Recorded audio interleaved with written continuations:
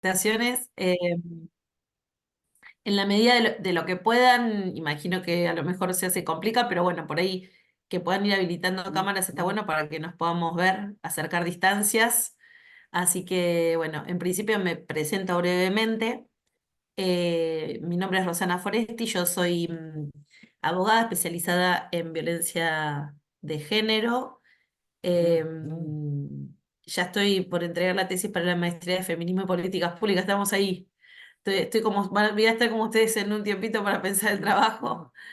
Eh, Soy docente de grado y de posgrado en la universidad y estoy a cargo de la Oficina de Orientación ante Situaciones de Violencia de Género de UNPAS.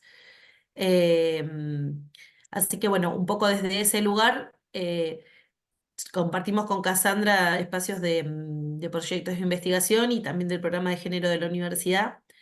Y en este caso el módulo vamos a estar compartiéndolo con Silvina Chotorino, una compañera muy querida, muy amorosa, la van a conocer en el próximo encuentro.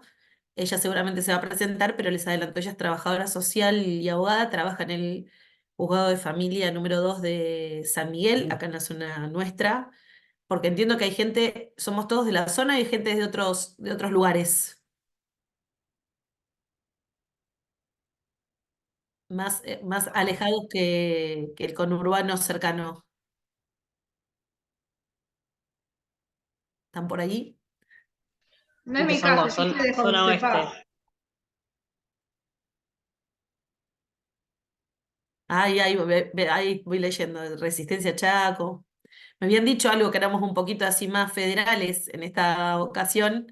Con lo cual, bueno, vamos a intentar, digo, me parece que es muy linda la posibilidad del intercambio. Vivo leyendo en el chat, le decía a Belén que la pandemia nos obligó a intentar entender la virtualidad y se nos quedó, y para algunas cosas está buena como estas, porque nos permite que a lo mejor desde distintos lugares estemos y podamos intercambiar diferente. Pero bueno, quienes somos de ciertas generaciones es como que todavía nos seguimos adaptando, por lo menos me hago cargo yo, de esta forma de comunicación. Así que bueno, les doy la bienvenida, una alegría, y también en realidad yo me siento también bienvenida porque bueno, ustedes vienen haciendo un recorrido juntas ya hace tiempo, ¿no? Ya vienen pasando varios módulos y vamos llegando al tramo final. Así que bueno, tenemos un gran desafío porque bueno, sé que han transitado distintos módulos con distintas temáticas y con compañeros también muy queridos, valiosos, con mucha formación. Así que bueno, vamos a intentar estar a la altura de la circunstancia. Y bueno, en este encuentro eh, vamos a empezar a trabajar un poquito el tema de lo que tiene que ver con las situaciones de violencia de género y las posibilidades de abordaje que tenemos. Por eso antes de comenzar, por un lado, compartirles que, nada, si mientras vayamos compartiendo, si ustedes quieren levantar la manito o ir interviniendo, porque por ahí cuando yo vaya compartiendo pantalla no les vea, la idea es que lo podamos hacer lo más interactivo posible. No se asusten que por ser abogada, si bien vamos a ver hoy aspectos más históricos y legales, para poder partir de una base, vamos a hacerlo del modo más sencillo, porque también con Silvina lo que pensamos es que partimos de una base que tiene que ver con esta posibilidad de entender que son espacios de compartir saberes, ¿no? Em, Tristemente, esta temática nos atraviesa a todos y a todas por algún lugar, sea porque tengamos en nuestras trayectorias, en nuestros entornos, en los medios de comunicación, con lo cual todos traemos algún saber en relación a lo que vamos a ver hoy. Dicho esto, quería preguntarles si habían podido ver la propuesta del asincrónico en principio para poder recuperar por ahí desde ahí. Les habíamos dejado un texto, dos articulitos de la ley, pero que no vamos a tomar lección nada, así que no se preocupen, no es por ese lado, sino para saber de dónde salimos. Y no sé si finalmente se había podido subir el videíto que habíamos propuesto, que sabía que había habido dificultad para subirlo, no sé si se pudo subir. ¿Tenés idea, Belén? Si lo pudieron subir al aula, no sabes. Yo hablé con Mari, entendí que sí, que lo habían Ah, podido subir. No sé sí. si tuvieron dificultades, igual avísenme, yo tengo el link y de última aviso para que lo compartan, creo que tienen un grupito de WhatsApp, pero me dijo Mari que sí, que Y habían ahí están diciendo, en el chat me parece que están diciendo que lo pudieron ver. perfecto. Bueno, porque un poco queríamos hoy empezar desde, digamos, desde la posibilidad de que viéndose, quien no haya llegado a ver el video tampoco es una dificultad, porque bueno, parte de lo que vamos a recorrer hoy va a ser recuperar cuestiones de las que dejamos en el asincrónico. Sí nos parecía interesante porque es como un pantallazo en un breve corto respecto de las conceptualizaciones que tienen que ver de qué entendemos por violencia y qué entendemos por género, ¿no? Por eso me parecía que antes de empezar con algunas conceptualizaciones puntuales, quería compartir pantalla y compartirles un corto, que no es el que dejamos en el asincrónico, para ver, que lo escuchemos, lo veamos, y después me den las resonancias, ¿no? De por qué les parece que empezamos este encuentro con este corto que les voy a compartir, ¿sí? Así que bueno, vamos a ver, esperemos que nos acompañe la tecnología.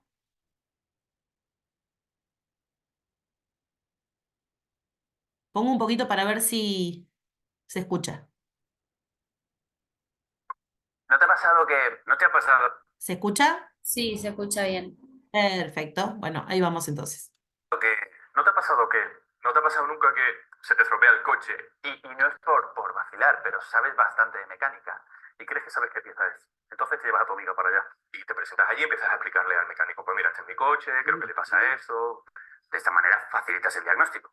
Y el mecánico empieza a contestarle a ella y solo le habla a ella, como si tú fueras idiota. Y él habla de dinero con ella y de la pieza que le falta a ella y de cuánto va a tardar a ella. Y tú no comprendes por qué, porque tú eres el que sabe y además el coche es tuyo. Te cabrea.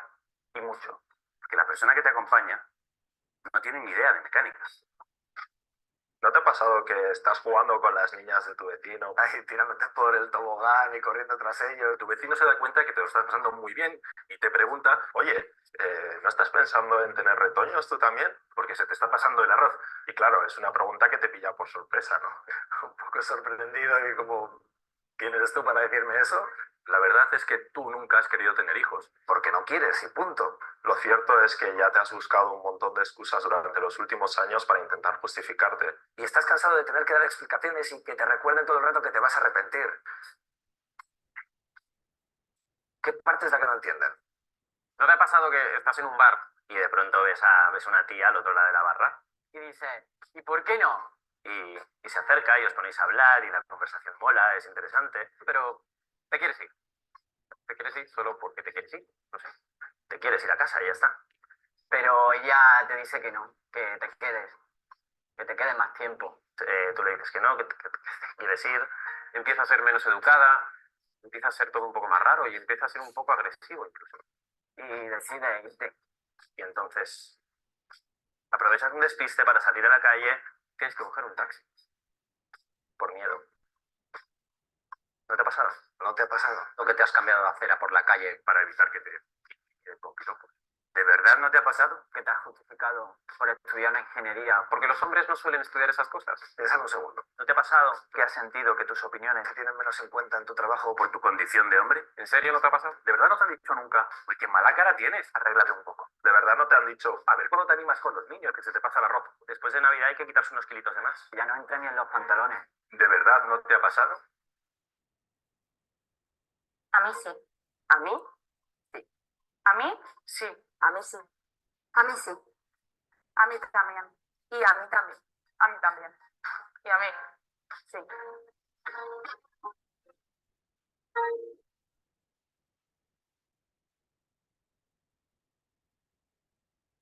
Bueno, vamos a cerrar esto así no se nos... ¿Lo habían visto este corto? Quienes puedan habilitar cámara, estaría bueno, así nos vemos.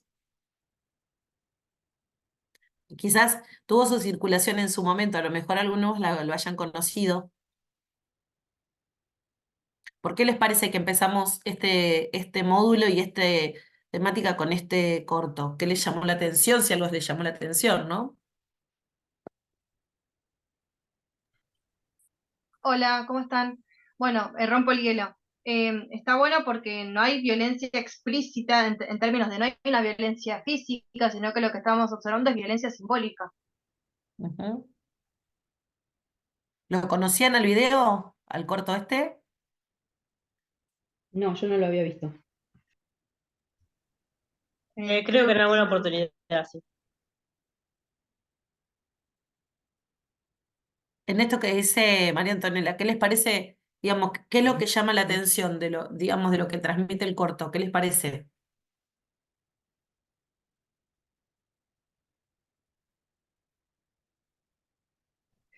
Hola, ¿qué tal? ¿Qué tal, Elena? Eh, yo creo que, bueno, por lo menos lo que me llamó la atención y así un poco te choquea es que la cuestión invertida, ¿no? De lo que transmiten los hombres, pero que en realidad nos pasa a las mujeres. Eh, todo lo que ellos decían, no te ha pasado, como haciéndose la pregunta si no te ha pasado a ellos como varones, en realidad nos pasa a las mujeres. Ujú, No les pasa a ellos. Entonces, esa cuestión de invertir por ahí hace que se pueda reflexionar de otro modo, o por ahí como que llama, es como un disparador importante para poder reflexionar sobre estas problemáticas. Me pasó eso, digamos, ¿no? Que está bueno para tomarlo en cuenta desde ese lugar. ujú. Es cierto, porque me parece que un poco la idea en la línea, que no sé, en el cuadrito te tengo como reset informática, pero no sé. Ay, perdón, es que tuve que entrar con la compu de mi hijo hoy. No hay problema, no hay Me, problema. me ¿Cómo es tu llamo María nombre? Marta, María Marta. María Marta.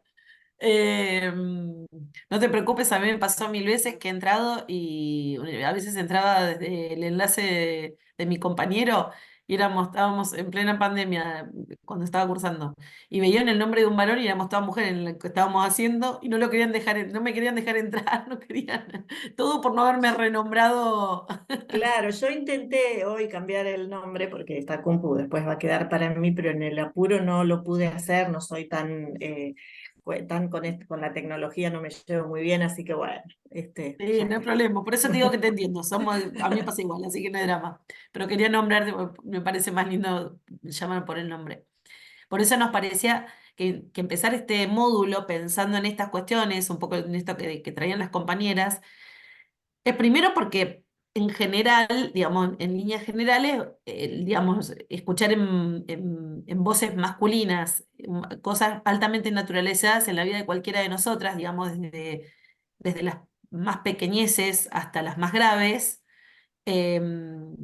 resulta extraño. Incluso hay algunos materiales incluso más fuertes todavía, ¿no? En relación a qué te puede pasar en la calle. O sea, no sé si han visto que hay algunos cortos franceses, por ejemplo, que plantean qué es lo que le pasa, o sea, todo lo que nos puede pasar a una mujer en la calle, pero le pasa a un varón.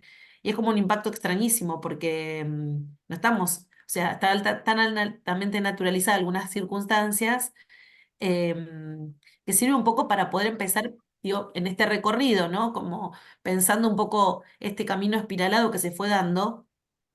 eh, Me parece que lo interesante que de esto es poder comprender que para poder hablar de las violencias, primero tenemos que poder retomar todos los conceptos de género que ustedes vienen trabajando y de lo que se viene dando en el recorrido de la diplomatura.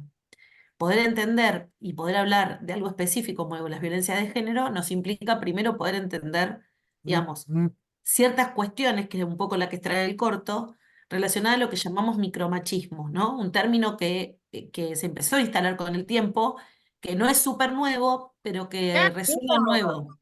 ¿Cómo? Ah, pensé, Gabriela, que querías decir, que estabas diciendo algo, disculpa. No, perdón, no sabía que tenía no sabía que tenía prendido el micrófono, disculpas.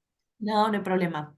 Entonces, un poco en esa línea es poder pensar dos conceptos, ¿no? Que quienes hayan podido ver un poco a lo mejor el corto que dejamos en el asincrónico lo planteaba. Que violencias hay un montón en el mundo, digamos, ¿no? En nuestra vida y está atravesado, desgraciadamente, por todos los lugares. Ahora, la violencia pensada en la óptica de género tiene especificidades propias. Y ahí es donde hoy vamos a focalizar. Vamos a focalizar un poco en algunas cuestiones conceptuales que dan como un territorio para que estas violencias aparezcan, estas violencias específicas, y para poder comprender de qué hablamos cuando hablamos de violencia de género.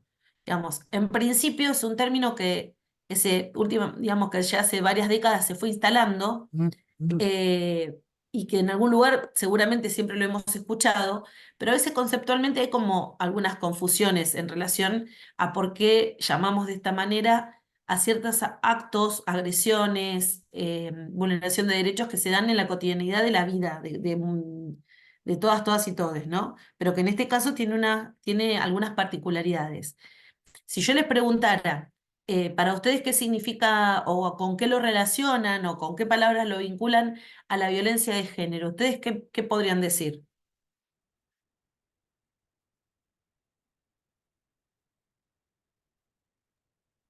Poder, por ejemplo. Poder. Bien. Creo que el video algo de eso refleja, ¿no? De qué tipo de poder y qué es lo que te da el poder para que después puedas ejercer violencia sobre en este caso, sobre las mujeres. Ujú. Acá Adriana dice violencia machista, simetría de poder. Muy bien, también aporta Carolina. Precisamente en esa línea es en donde hoy queríamos comenzar este encuentro. Por eso empezar con este corto, porque precisamente para que estas circunstancias se den, se tienen que dar ciertas cuestiones como son ciertos mitos, ciertos estereotipos, ciertos micromachismos, por eso se los menciona de esta manera, que ahora lo vamos a conceptualizar claramente, y vamos a ver un poco el recorrido, un poquito histórico y un poco legal, pero que va de la mano de la cotidianidad y de la historia que hemos ido entramando en Argentina, sobre todo, ¿no? Digo esto porque la otra vez me pasó que en una capacitación había gente de otros países también. La virtualidad permite esa posibilidad. No sé si en este grupo somos todos de Argentina o también hay alguien de otro lugar. Y porque también algunas leyes son, que lo vamos a ver, algunas posibilidades de intervención también están muy situadas, ¿no? Por acá Luciana dice maltrato tanto en las mujeres como en los hombres. Bueno, vamos a desarmar un poco estos conceptos para poder comprender precisamente de estas cuestiones que estamos hablando. Voy a empezar a compartir pantalla para poder ir haciéndolo, pero a la medida que quieran pueden ir abriendo el micrófono y vamos intercambiando. La idea es que podamos hacerlo lo más participativo posible. Por eso, ¿se ve la pantalla? ¿Estamos bien ahí? Sí, ¿no? Voy a poner de este lado, que puse un poquito para que se me vea la cara con luz. Bueno, por un lado, compartirles que en este módulo precisamente vamos a abocarnos a esto y en los siguientes módulos, en los siguientes clases, vamos a estar viendo el abordaje más concretamente en la intervención y en el tercer encuentro los espacios más territoriales de intervención y de acompañamiento, ¿no? Y contarles también un poquito la experiencia de lo que tenemos del protocolo de la universidad. Por eso, como les decía antes, siempre nos parece interesante empezar con esta reflexión de Paulo Freire, ¿no? Que ninguna persona ignora todo, nadie lo sabe todo, todos sabemos algo, todos ignoramos algo. Por eso aprendemos siempre. Y me parece que en esa línea es en donde hoy queremos proponerle hacerles este recorrido. Precisamente retomando un poquito lo que nos traía el corto que recién vimos y que después lo vamos a relacionar con las ideas que ustedes trajeron y que ustedes también vieron ya en lo propuesto en el asincrónico. Un primer punto importante es poder comprender que para que hablemos de violencia de género, primero tenemos que comprender los procesos de sociabilización que tenemos, ¿no? Y que como lo planteaba el corto que dejamos en el asincrónico, no solamente está en la familia en donde en suerte nos tocó nacer, sino que también hay un montón de espacios y de lugares de la sociedad que nos van construyendo una mirada del mundo, ¿no? O sea, inescindiblemente no podemos dejar afuera poder volver sobre la conceptualización de género en términos de construcción social, de un término relacional, ¿no? Que lo vieron en los primeros módulos, y poder comprender en ese sentido, un poco traían la palabra poder, ¿no? Y a mí siempre me gusta en ese sentido poder clarificar que el poder en sí mismo no es ni bueno ni malo. El tema es cómo se ejerce ese poder, ¿no? Cómo se expresa, cómo se manifiesta, eh, y qué condiciones se dan para que en una sociedad sea más permeable que otras a que algunas conductas se den y a darnos cuenta que no es casualidad o no es que se nos dio en suerte. Por eso, en ese contexto, los mitos y estereotipos, los micromachismos de género, funcionan como una antesala de las violencias. Solo podemos entender las violencias por razones de género cuando las podemos pensar desde lo que constituyen, por un lado, los micromachismos, que son estas formas de machismos pequeñas que se manifiestan en actos, ¿no? Sutiles, un poco lo que decía la compañera en relación a lo simbólico, ¿no? Esas gestualidades, expresiones habituales, a veces hasta inconscientes. Y hoy, si hay tiempo, después les voy a pasar un corte, si no se los voy a dejar en el aula, en donde vemos cómo se nos construye de una manera que a veces hasta quienes nos decimos, paradas desde un lugar de revisión, se nos escapa, se nos filtra, porque desde que nacemos con una determinada genitalidad, nos van atravesando las diferentes circunstancias que se nos habilitan o no, ¿no? Siempre, nosotros en muchos cursos de género decimos, ¿no? Arrancamos diciendo, cuando alguien, una persona gestante, va a tener a su criatura, en general hay como preconceptos que ya los incorporamos. Por ejemplo, qué sé yo, la heterosexualidad, ¿no? Como que no hay un planteamiento de una amplitud distinta. Creo que recién en estos años, en estas últimas décadas, algo de eso se fue moviendo.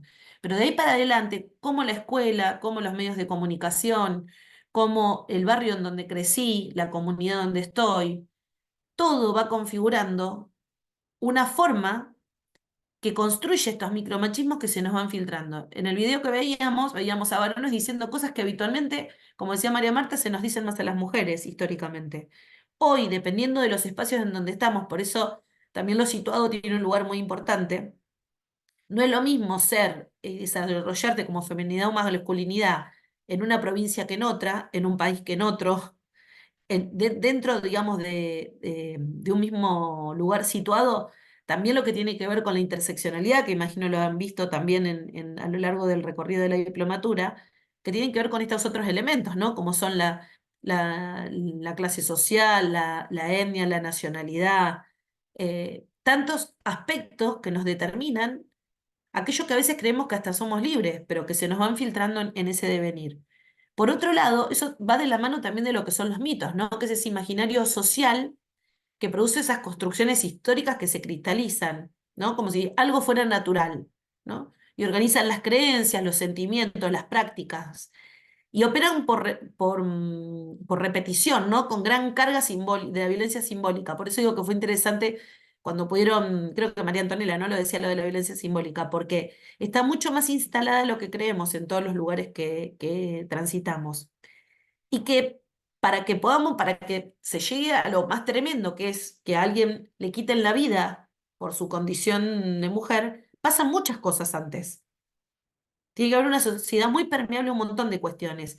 Y ahí donde el sistema de creencias que se sostiene en prejuicios pueden generar patologización, revictimización, culpabilización, relativizar y minimizar la situación. O sea, cuando hablamos de esto, por ejemplo, hoy por hoy, después lo vamos a ver más adelante, pero, y con Silvina lo van a ver bastante, que muchas veces las situaciones de violencia por razones de género se confunden en cuanto al síntoma que presenta la persona que la vive en cuestiones de salud mental, por ejemplo. Entonces, queda desdibujado el verdadero motivo y abordaje por el cual esa persona está en ese grado de confusión, de miedo, de angustia. Digo, y pasa un poco lo que dice el dibujito, ¿no? O sea, hoy sigue pasando, pese a todo lo que se ha hecho, pese a todo lo que se viene haciendo, eh, que cuando una mujer se anima a poder plantear algo de lo que está viviendo, que ahora después vamos a discriminar porque no es solo la violencia doméstica de lo que estamos hablando, pero sí es la más nombrada y es la más notoria, generalmente se cuestiona, digamos, qué es lo que pudimos haber hecho o no hecho para vivir esa situación que por sí misma es repudiable, es vulnerable de derechos, y sin embargo no se cuestiona, ¿no? Se cuestiona el actuar de la persona que vivió la situación, la persona víctima de esa situación. Para que eso pase es porque hay un sistema de creencias fuerte que lo sostiene. Por eso, empezar con este video que habla de los micromachismos, ¿no? De esas pequeñas cosas que necesitamos desandar y que es permanente, compañeras, el tránsito. No, no sé si hay todas feminidades o también hay masculinidades en este grupo, eh, que bueno, tampoco es anecdótico que en general seamos más femenidades, ¿no? Eh, aunque como ustedes ya han visto en el módulo de masculinidades, hay un montón de cosas que también arrastran las masculinidades, ¿no? Porque para que esto se dé, por eso es un concepto relacional, amerita una revisión conjunta, que la padecemos todas, todas y todes, pero que mayoritariamente perdemos la vida por esas situaciones las mujeres. Por eso hablamos de las mujeres. No es porque el sistema que ustedes ya habrán trabajado, patriarcal, eh, digamos, no mira exclusivamente a las mujeres. Las mujeres somos las que primero empezamos a hablar de esto porque somos las que primero lo hemos padecido y porque se sigue padeciendo. Pero es un sistema que va a cambiar en la medida que cambien masculinidades y feminidades, digamos, ¿no? Y ahí todas tenemos un protagonismo en una revisión histórica de esto. Por eso nos parecía que retomar y poder pensar que el aporte que dieron las mujeres a las cuestiones de los derechos humanos fue fundamental.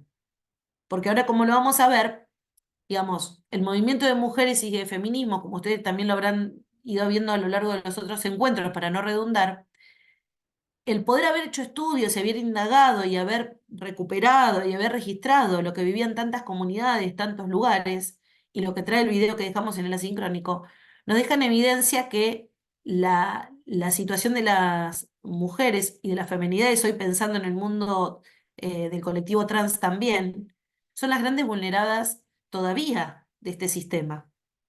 Y que esas vulneraciones vienen en distinta índole y que llegan a tal extremo que se convierten en una cuestión de derechos humanos. Esto fue una conquista de las pioneras que se animaron a poder ponerle nombre, que pudieron empezar a ponerlo. ¿Por qué no ponen primero las mujeres, no? Una de las más renombradas a nivel mundial, porque también tuvo ese reconocimiento, y la deben haber escuchado, es Simone de Beauvoir, ¿no? Que fue la primera que planteó como interrogante si las mujeres nacíamos o nos hacíamos, ¿no? ¿Se nace o se hace mujer? Y empezó pensando en las mujeres porque las mujeres eran las que mayor vulneración de acceso a derechos tenían. Entonces, digamos, cuando vos estás en una situación de privilegio, es menos probable que te preguntes algunas cosas.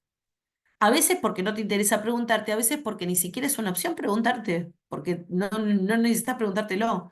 Entonces fueron en el mundo las mujeres las que primero se preguntaron ciertas cuestiones y fueron las que empezaron a aportar elementos para que precisamente se indagara, se pensara y se estudiara, dando lugar incluso a las teorías feministas, ¿no? Que yo siempre digo, yo lo digo en mi propio recorrido, digo, no es que toda la vida me dije, ay, sí, soy feminista, y fue una construcción en mí, digo, porque esto también, ¿no? Cuando pensamos en los rangos etarios, ¿no? En las distintas generaciones que nos atravesamos, y que eso es lo lindo, ¿no? En esto como de un camino de postas, que todas nos vamos construyendo unas a otras, y todas nos vamos aportando. Yo por lo menos cuando fui descubriendo que dentro de los feminismos, no sé, existía el feminismo popular, fue desde el lugar donde me sentí cómoda. Fue el que sentí que me daba cuenta que con muchas compañeras a lo mejor lo veníamos compartiendo. Digo, yo vengo como en mi recorrido de participar en espacios más sociales, digamos, desde mi juventud, desde siempre. Entonces, eh, sentía que a lo mejor era algo demasiado académico pensar en una teoría feminista. Entonces, capaz como que no me reconocía en principio en esto. Cuando empecé a ver que también se ampliaron esas posibilidades y que empezaron a surgir, que no es que hay un feminismo, sino que hay distintos feminismos que responden a distintas demandas, fue en donde me parece que fue la posibilidad de ampliarse, ¿no? Y que en la historia de nuestro país, la realidad en principio, hubo para mí como dos hitos históricos interesantes para poder pensar estas problemáticas en Argentina. Para mí, por un lado, uno lo que tiene que ver con lo que sucedió en relación a la violencia doméstica. Y que a esto lo ligo a que tuvimos décadas en donde ni se hablaba de las violencias y en donde los medios de comunicación transmitían cuando aparecía muerta una mujer que había sido un crimen pasional. Las que tenemos capaz alguna edad un poco mayor lo hemos escuchado de primera mano, ¿no? Que los diarios, que los medios de comunicación, la televisión, hablaba de un crimen pasional que no se terminaba de entender muy bien qué era, pero era que el varón había matado a la mujer, ¿no? Eh, Cuando empieza a poderse poner nombre, ¿no? Y retorna la democracia, es un momento histórico en donde empieza a salir a la luz muchas de las cuestiones también a replantearse. Digo, las crisis económicas también tienen un lugar en esto, ¿no? También las que tenemos otra edad, Digo, no soy tan grande, el domingo cumplí 49, pero ya estoy transitando otro recorrido y transité ya algunas crisis de este país. Y en ese contexto, digo, me parece que la realidad también económica que hizo que las mujeres o sea, las familias necesitaran que las mujeres salieran al mundo público más abiertamente, si bien hubo siempre mujeres trabajadoras, fue mucho más con las crisis económicas que vivió el país, y en un momento que se empezó a hablar mucho más, la violencia en el ámbito de la familia fue la primera que se empezó como a nombrar, muy tibiamente, porque no se la nombraba directamente, porque era el mundo de lo privado. ¿Saben qué caso fue el que fue un hito que instaló en principio la violencia doméstica? Que no se la decía violencia doméstica en ese momento, ¿no? Alguna que a lo mejor sea más contemporánea conmigo. Yo era chiquita igual, no era tan grande, Lo pero de Carlos Monzón y Elisa Muñiz. exactamente. El caso de Monzón y Elisa Muñiz marcó un hito que fue como un antes y un después. Fue como el primer caso, que hoy podríamos llamarlo femicidio, que tuvo lugar, que tuvo visibilidad y que empezó a cuestionar y que dejó hasta, digamos, privado de la libertad a alguien que era un ídolo popular, que también por eso tuvo un impacto, y que se dijo, nada lo justificó, ni lo justificó la posibilidad de consumos problemáticos, o sea, fue la primera vez que se conceptualizó que él había matado no en el contexto de un crimen pasional y no bajo ninguna justificación de las que se daban habitualmente. Y esa fue una oportunidad, tristemente, ¿no? Pero también que dio la posibilidad de empezar a nombrar, en principio, a las violencias familiares, que se nombraban primero, que ahora vamos a ver después la diferencia con las violencias domésticas, que no son sinónimo, como una posibilidad de empezar a visibilizar lo que tantas mujeres vivían. Por supuesto que un crimen fue el que dio la oportunidad de hablarlo, pero sí empezó a desarmar y a darse un movimiento fuerte en la década del 90 de muchos espacios en donde empezaron a trabajar. En Argentina, en Ciudad de Buenos Aires, había una asociación, estaba la Asociación Argentina de Violencia Familiar, que fue una de las primeras que surgió, y fue la que empezó a trabajar de poder pensar que la violencia tenía un abordaje específico, que tenía un abordaje que se podía trabajar grupalmente, que tenía determinadas características diferenciadas de otras circunstancias, que las mujeres que estaban atravesando esas situaciones no tenían patologías de salud mental y para tratarlas con un tratamiento de los habituales, sino que había otras herramientas para poder trabajarlo, desde un concepto relacional.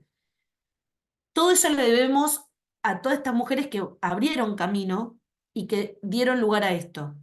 Y voy a tomar el guante de esto que salió por ahí en el chat respecto de varones y mujeres. En realidad, si bien el concepto de género es un concepto relacional que implica masculinidades y feminidades, se lo nombró así en principio porque es por a ver si me logro traducir, es por la condición de feminidad de mujer, porque en principio se dijo mujer, de quien padece esta situación. Es esta condición de la interseccionalidad la que genera la violencia, ¿no? Y que hay que entenderla en lo que ustedes también habrán visto en relación al módulo también de género y en el de masculinidades, a también una idea de cosificación. Ustedes imagínense que hasta la década del 60 las mujeres tenían obligación de que cuando se casaban, firmar con el D. Yo era Rosana Foresti de fulano de tal. Mi mamá, que falleció ahora ya hace un año, mi mamá firmaba Irma H. de Foresti. El H era Hernández, hasta había perdido el apellido propio en el camino, ¿no? Pero eso que era optativo después, hasta un momento, era obligatorio, porque eso significaba que las mujeres eran casi parte del patrimonio de, el matrimonio, ¿no? Entonces, imagínense cuánto se deconstruyó. Entonces, ese es un primer hito. El otro hito histórico, y para pasar ya más a la conceptualización, para que no se nos vaya tanto, mucho más cercano, incluso posterior a la Ley Nacional de Género, que ahora la vamos a ver, hubo otro hito sumamente importante, que este está bien cercanito, y todas las que estamos, aunque sean muy jóvenes, lo tienen que recordar. ¿Qué hecho se imaginan fue el que también hizo un quiebre profundo para un montón de circunstancias en el abordaje de todos estos temas? Que fue masivo, que nos sacó a las calles. ¿Cómo se llamó ese movimiento? Amplio, muy amplio. Y una menos. Ni una menos. Adriana, venís en el podio, ¿eh? Tenés el con Monzón y con el Ni una menos. El Ni una menos en el 2015 vino a marcar otra vez otro hito histórico de estos que nos permitieron ir como conceptualizando y siguiendo profundizando algunas cuestiones. En eso, a ver, pasaron muchas cosas. Yo les nombro algunas de las que fueron las que resaltaron en Argentina como una posibilidad de revisión y que dieron la posibilidad de que habilitaron que fueran reconocidas legalmente.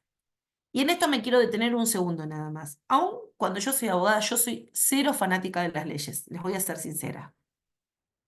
Yo siempre digo que hay miles de cosas que son legales y sin embargo son ilegítimas, ¿no? Hay muchas cosas que están en el marco de la ley, porque la ley lo marca, pero que en la vida cotidiana de todas y de todos significan muchas injusticias, ¿no? Entonces, no siempre me llevo bien con las leyes, pero algo que aprendí es que aquello que está reconocido en una ley también nos da el poder de que sea menos fácil de derribar.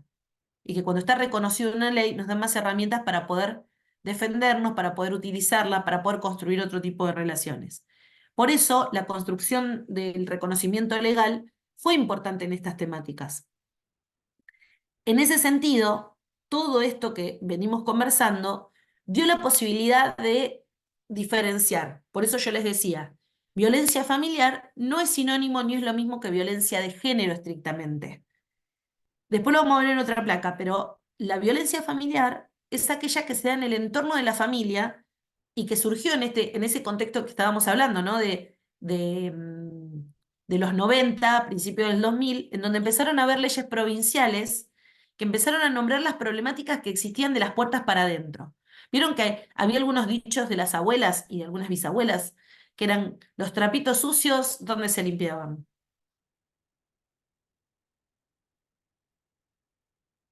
La veo tentada Adriana, porque no veo ninguna otra, pero algunas otras también lo debe saber.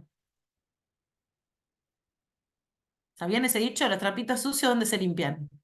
En la casa. Muy bien, ¿vieron? Alguien lo tenía que saber. Alguien, digo, porque estamos atravesadas. Porque te quiero, ¿qué te hago? Te aporreo. Ah, bueno, no. Digo, una que tiene una contradicción en sí misma total, ¿no? Hay amores que matan, ¿no? Esos son como grandes, y que yo digo, los refranes son recuperadores de esos mitos también, ¿no? De los que hablábamos al principio, que refuerzan ideas. Y en esa lógica fue que se empezó a deconstruir que esa concepción también bastante capitalista, digamos, en términos de lo privado, de qué es lo público y qué es lo privado, la familia entraba dentro de ese entorno. Con lo cual, lo que pasaba en una familia tenía que resolverse ahí. ¿Quién era? Ni el Estado, ni la ley, ni nadie para meterse. Esto fue como un primer paso de deconstruir esta idea y de poder entender que cuando se vulneran ciertos derechos, sí que había que tener una injerencia. Y empiezan a salir las leyes de violencia familiar, pero que miran todo lo que sucede en la casa, en la familia, o después se amplió a las exparejas. Pero no contempla solo la situación de las mujeres. Ahora después lo vamos a ver, no me quiero adelantar. Por eso le digo que es diferente de la violencia de género, que está contemplada, pero es más amplio que la violencia familiar. Y cuando pensamos de qué hablamos, cuando hablamos de violencia de género, efectivamente, una gran conquista de las últimas décadas fue el poder pensar que la violencia de género es una relación desigual de poder. O sea, hay alguien que está acá y alguien que está acá.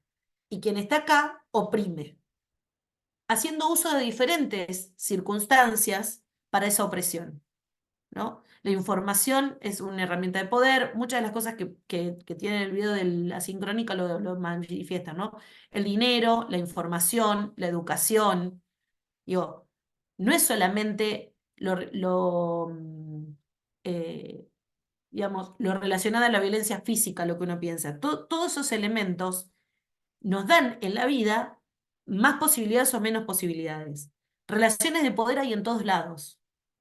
El tema es cómo se ejerce ese poder. ¿Puedo decir algo? ¿Puedo agregar algo? Sí, cómo no, Adriana, adelante.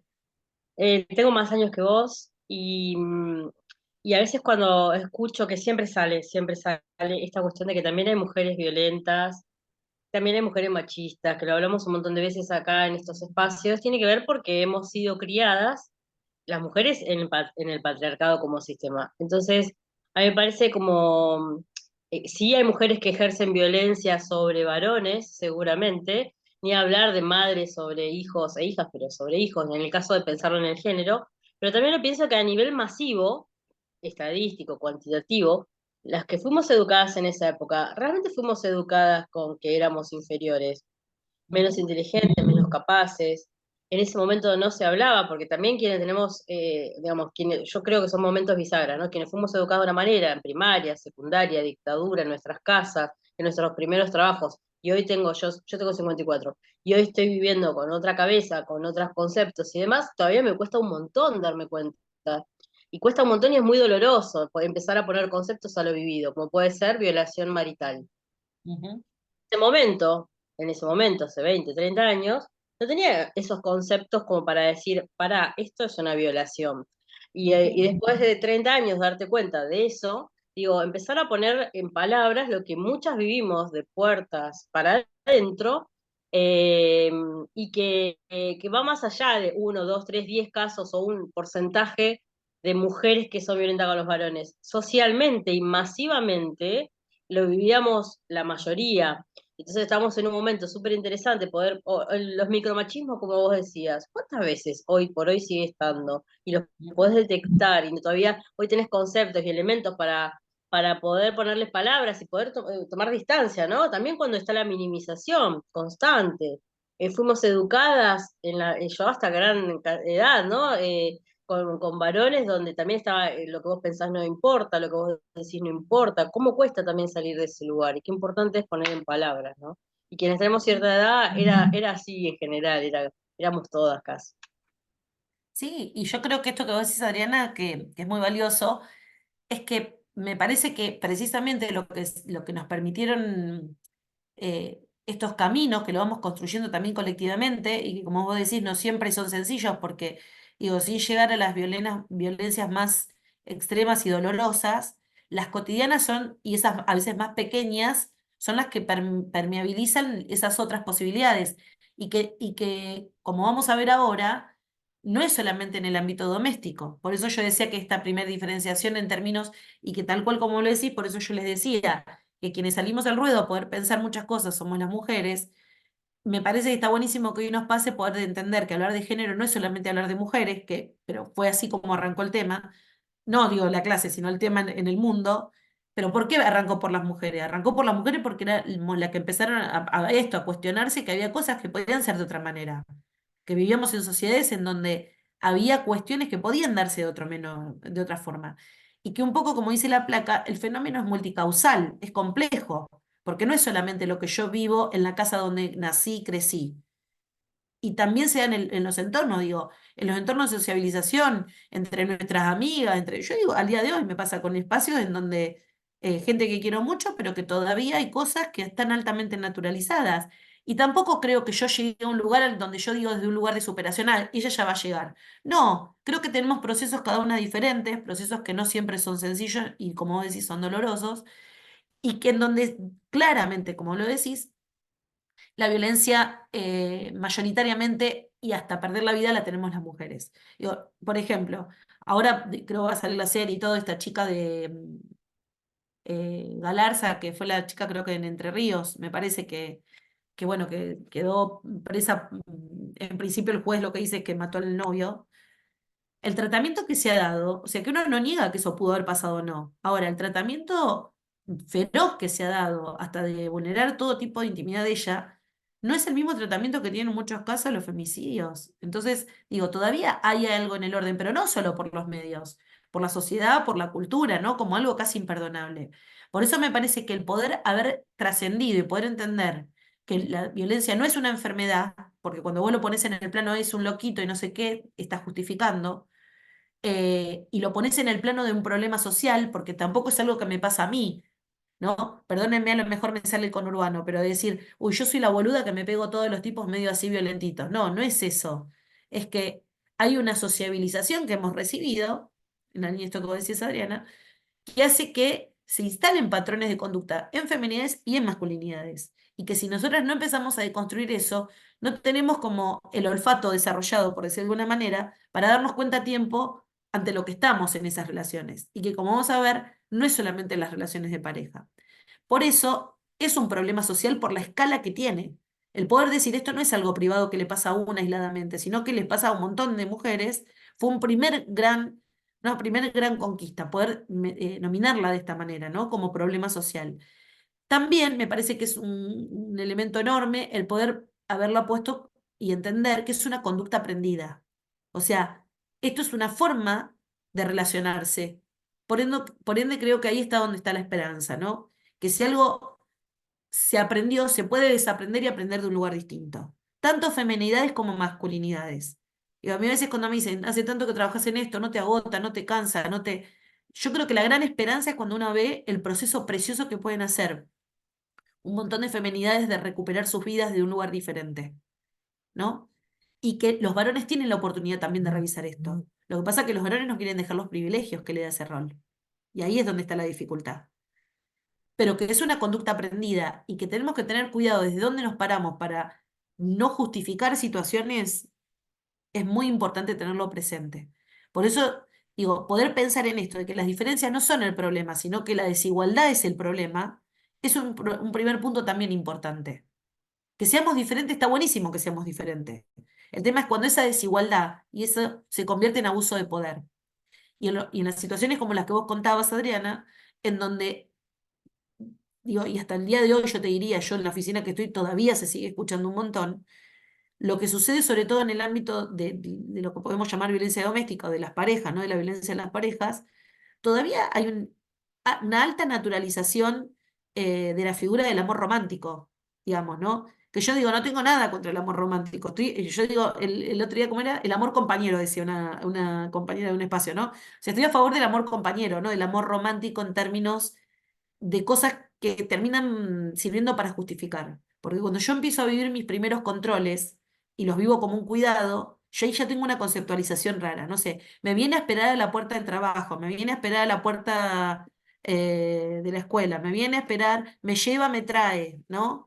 Es un caballero, no sé qué, hasta que después, no sé, te empieza a llamar 25 veces, te empieza a controlar el teléfono, te empieza a controlar a dónde vas, qué ropa te pones, todo pareciera que en principio estuviera en el lugar del cuidado. Y eso está muy abonado también por todo. Digo, podremos hacer un taller entero con los cuentos infantiles que hemos crecido, por ejemplo, ¿no? Y a mí me encantan eso. Shrek, vieron en una de las, no sé si fue la segunda o la tercera, que hace como una parodia de los cuentos tradicionales. Y hay una que Fiona sale corriendo y algún día lo voy a poner por un taller el recorte de esa película. Y me encanta porque la Bella Durmiente se tira a esperar a que la rescaten y Fiona le dice, parate y empieza a correr, mija, porque la idea no es que te tienen que venir a rescatar.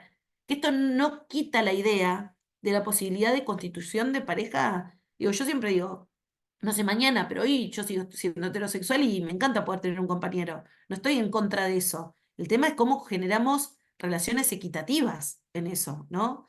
Entonces, todo este bagaje fue recuperado por esto y en esta multicausalidad que tiene, en donde las más severamente afectadas son mujeres, niñeces eh, y las personas del colectivo, precisamente porque no solo por la historicidad de la desigualdad, sino porque quien se sale de de la heteronorma, de lo esperado, es a quien se castiga.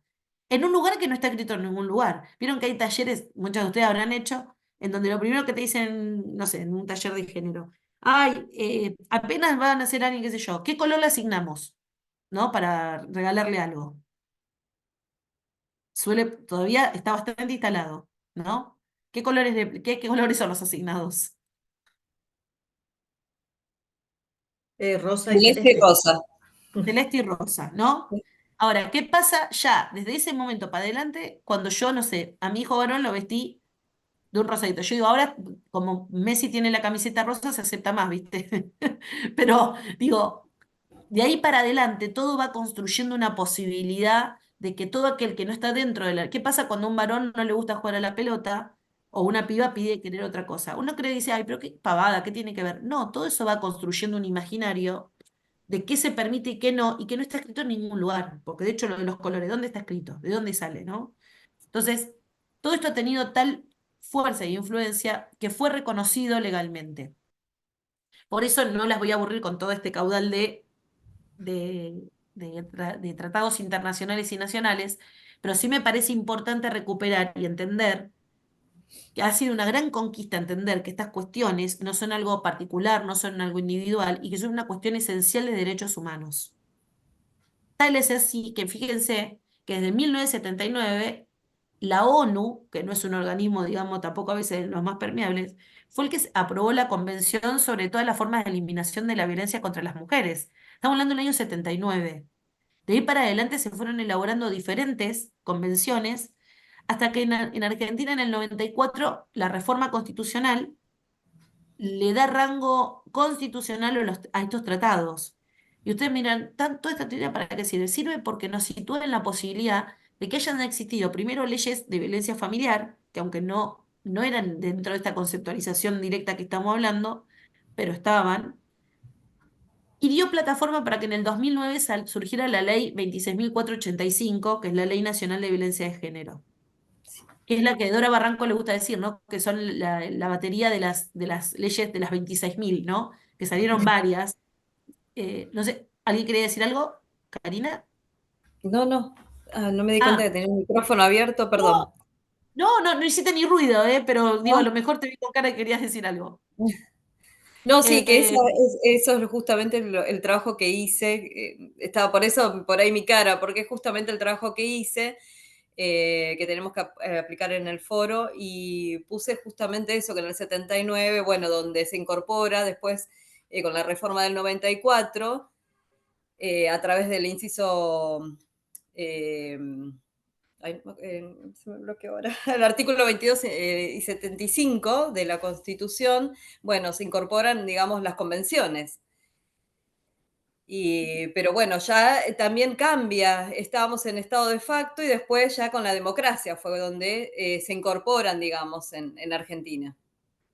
Por eso digo, que por eso yo les Es decía muy que desde los importante. hitos históricos la vuelta de la democracia significó un boom en un montón de cuestiones, porque de hecho muchas de estas académicas que venían trabajando estos temas volvieron a Argentina.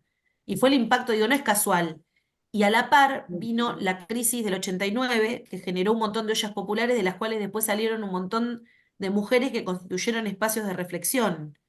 Digo, que no se reconocían feministas, pero que pujaron para que todos estos cambios se den. Entonces, es como muy interesante y muy conmovedor, ¿no? Porque nada se nos fue dado fácilmente. Todo fue parte de un proceso histórico. Pero conquistar, digamos, la ley nacional, que ahora la vamos a ver claramente, marcó un antes y un después respecto de cómo se conceptualizó y se miró la violencia de género.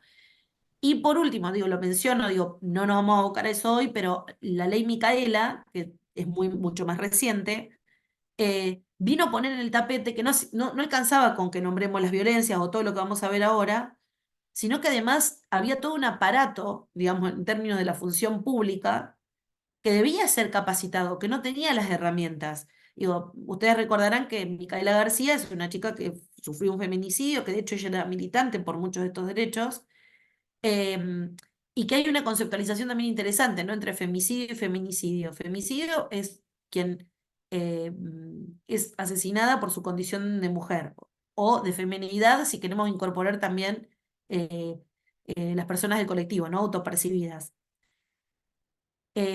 Feminicidio es cuando el Estado, las áreas del Estado, también son parte de eso, ¿no? Cuando vos vas a denunciar y se justifica la forma, o se te cuestiona, mejor dicho, la forma en que estás vestida, o el horario en que estabas caminando, o qué estabas haciendo, o qué hiciste para provocarlo, ¿no? Entonces, cuando quienes te atienden, sean funcionarios policiales, judiciales, cuando vas al sistema de salud, cuando todo ese engranaje, hoy estoy media trabada, perdonen la hora, no funciona, a veces tiene que ver, y no a veces, la mayoría de las veces tiene que ver, y por eso surgió esta ley, en la posibilidad de que haya capacitaciones, y yo le diría sensibilización, porque no alcanza con saber el concepto. Digo, por eso, ahora me interesa profundizar esta diferenciación que vengo hablando respecto de la diferencia entre violencia familiar, recuperar algo de lo que dijo Adriana recién, y la violencia de género. Pero poder ver que esto es parte de todo un recorrido y del que todas nosotras somos parte, ¿no? De una u otra manera. Por eso, a mí, en este sentido, me gusta un poco plantear este cambio de paradigma. Pero antes de entrar en este, que es como el grueso, ¿estamos bien hasta acá? ¿Vamos llevándolo bien?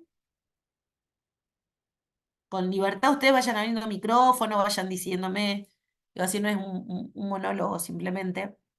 Pero bueno, en este contexto que estamos hablando, un poco en este cuadro lo que quise traerles es como, digamos, qué pasó desde lo normativo, pero que es como una relación, ¿vieron? Como dirían en el pueblo, ¿qué fue antes, el huevo o la gallina? Bueno, esto es un poco así, ¿no? Porque un poco, digamos, la realidad sociohistórica de la que venimos hablando, sociohistórico, política, económica, generó la posibilidad de un corrimiento en el tratamiento de estos temas y de poder conceptualizar a la violencia no como algo privado, no como algo que tenga que ver con enfermedades, con la posibilidad de entenderlo como problema social, con la posibilidad de entenderlo como una conducta aprendida. Esto a mí me parece puntual, porque es la combinación de los dos elementos. Yo a veces he tenido en algunos espacios, antiguamente, cuando se empezaba recién a conversar, por lo menos donde yo me movía, que la conducta aprendida queda como muy en el ámbito de lo individual. Por eso solamente se puede entender eso también pensándolo como un problema social. O sea, problema social implica que nos atraviesa a toda la sociedad por distintas circunstancias. Y fíjense que atraviesa a todas las clases sociales. De hecho, al día de hoy, bueno, que ahora volvió a estar en el tapete porque no se sabe bien ahí, pero algunos crímenes que han sucedido incluso en los barrios privados, ¿no? En los country, digamos. Y con todo, uno de los casos emblemáticos para mí ha sido el que siempre lo nombro, es el de Jaffer o Sheffer, nunca me sale el apellido, no sé si lo recordarán, que es el caso que a mí lo que me parece aberrante hasta el día de hoy es que nunca se le aplicó ningún tipo de sanción ni de miramiento a los profesionales, que no puedo llamar colegas, que intervinieron en esa situación, que era el caso de esta chica que estaba casada con un empresario de mucha plata, barrio privado, salió en muchos medios no hace tantos años, no sé si se lo recordarán, y que en medio de una perimetral que ya venía viviendo mucha violencia, le costaba un montón poder hacerlo, porque también como el sostenimiento de una vida ante, digamos, ante la sociedad en la que ellos se movían no era bien visto blanquear ciertas cuestiones. Bueno, ella hace la perimetral y en esto de falta justamente de ley Micaela, de perspectiva y de ética personal, los abogados los juntan en la casa del country y él la apuñala hasta matarla. Y los habían juntado para hacer la división de bienes, en el contexto de una perimetral que no permitía que estuvieran juntos. Y en un principio general que hay en la violencia, que es que no podés juntar a dos personas cuando hay motivos de violencia de género, ¿no? Entonces, digo, ¿cuánto hay por hacer todavía, ¿no? En este sentido. Entonces, en ese marco, y lo hablándolo con la placa anterior, en Argentina se dieron, a partir de esos tratados, varias leyes, y otra ley que para mí no es tan nombrada en estos tipos de talleres, pero para mí me parece que son muy importantes, es también la ley nacional y la ley provincial de protección integral de niños, niñas y adolescentes. ¿Por qué les digo que para mí es importante? Porque fue la antesala de la ley nacional de violencia de género. Y fue la que también cambió el paradigma de que los niños, niñas y adolescentes dejaban de ser objeto para pasar a ser sujetos de derecho, ¿no? Dejaban de ser propiedad de la familia en la que habían nacido. Y de hecho vino después una reforma que dejó de nombrar el término patria potestad, ¿no? Como si fuera una parte del bagaje con el que se tiene, ¿no? Como se tiene un sillón, se tiene el hijo, y se podía resolver. Poder pensar que los niños, niñas y adolescentes eran sujetos de derecho nos dio la antesala para poder también pensar las violencias en un lugar distinto, ¿no? Entonces, dentro de ese devenir que se fue dando, surgió la posibilidad de pensar cuál es el límite entre lo público y lo privado en ciertas circunstancias, ¿no? En qué cosas en realidad eh, el Estado tiene que estar presente a través de su legislación, a través de sus organismos, para intervenir en circunstancias que tienen que nivelar esa asimetría de poder, porque la violencia es una asimetría de poder. ¿Cómo hacemos para que esta balanza que está así esté así, ¿no? Y ahí es donde, en principio, la ley de violencia familiar, como les anticipaba, y en esto por eso yo se los marqué en negrita, habla de toda persona que sufriera lesiones o maltrato por parte de algún integrante del grupo familiar. La ley de violencia familiar, que suele ser provincial, no habla del término mujer. Lo que suele pasar es que es la violencia que primero se nombró y es por la que actualmente mayor cantidad de personas asisten a la justicia a pedir ayuda. Pero digamos que un conflicto, cuando viste en los talleres, como decía Adriana, sale el tema de, bueno, pero hay varones que también sufren violencia. Bueno, ese tipo de situaciones son contempladas en el contexto de la ley de violencia familiar. Porque en el contexto de la ley de violencia familiar puede haber medidas de protección, no sé, respecto de abuelos y nietos, respecto de padres e hijos, respecto de dentro de la pareja. O sea, no mira solo el mundo de la condición de mujer de quien padece la violencia, sino de todo el entramado de violencias que puede haber en esa familia. Y mira solo el ámbito familiar, ¿no? En cambio, cuando surge la Ley Nacional de Violencia de Género, fue como un boom en el 2009. Porque primero definió claramente que violencia de género es la violencia, o se entiende por violencia, aquella que es contra las mujeres. De hecho, hay proyectos que intentan ampliar las feminidades por el tema de la diversidad, pero hoy por hoy sigue siendo contra las mujeres. Y en esto me quiero detener en un primer punto, y es que dice que es contra quién, pero no dice quién la ejerce. ¿Me explico lo que quiero decir? No dice se entiende por violencia aquella que ejerce un varón contra una mujer. Dice, aquella se entiende por violencia contra las mujeres, toda conducta, acción, omisión y qué sé yo. ¿Qué quiero decir con esto? Y reafirmando un poco, recuperando lo que decía, creo que Adriana, hay tanto por deconstruir que el ejercicio abusivo de ese poder lo padecemos por nuestra condición de mujer, porque hay ciertos elementos que lo toman, pero quien la puede llegar a ejercer puede llegar a ser una mujer también, no solo un varón. Y con esto no quiero decir que ay, sí, todas las mujeres son violentas, porque no voy a entrar en ese juego, digamos, sino en la posibilidad de poder comprender que en lo profundo hay que hacer una exhaustiva deconstrucción de feminidades y masculinidades. Por eso la ley habla de que a vos te ninguneen, un poco en la línea de lo que decías, ¿no? Te ninguneen, te minimicen y demás, desde todo punto de vista, te agredan, te denigren, porque crean que vos, nada, sos inferior por tu condición de mujer. Ahora, ese ejercicio de inferioridad, de quererte vulnerar, por ejemplo, en lo que ahora después vamos a ver en qué lugares se puede dar esta violencia, tranquilamente puede ser también ejercido por una mujer. Y en el ámbito parental, digo, nosotros hemos tenido casos de atención de parejas homosexuales, en donde la violencia machista, patriarcal, como la vemos, también se reproduce. Entonces vos decís, opa, ¿eh? O sea, en una relación a lo mejor en donde hay dos mujeres, hay patrones de conducta que se reproducen tanto como en una pareja heterosexual. Entonces ahí es donde decimos los patrones culturales de machismo profundo y de roles y de estereotipos trasciende la genitalidad que traemos. ¿Me explico? No quiero ser como complicada, pero me parece que es importante esta conceptualización, porque si no podemos cometer errores en eso, ¿no? Otro punto que trae este artículo que yo les propuse leer en el asincrónico es que habla de relación desigual de poder, como venimos diciendo, habla del ámbito público y privado, que hasta ahora no se había hablado nunca de ámbito público y privado, habla de violencia directa e indirecta, y habla también de omisión y de acción, ¿no? ¿Qué pasa cuando hay abandono emocional, por ejemplo? El abandono emocional es para muchas feminidades tan desgarrador en su salud mental, llega a serlo, como el maltrato sexual, por ejemplo, ¿no? O el ataque sexual. Creo que una de las grandes también conquistas, aunque el tránsito es doloroso, es esto que, y ahí por eso lo recuperó también Adriana, esto que vos decías, que las mujeres podamos empezar a decir que aunque estemos en una pareja estable, si no hay consentimiento o hay manipulación, eso también es una violación. Y es muy duro tener que decir eso.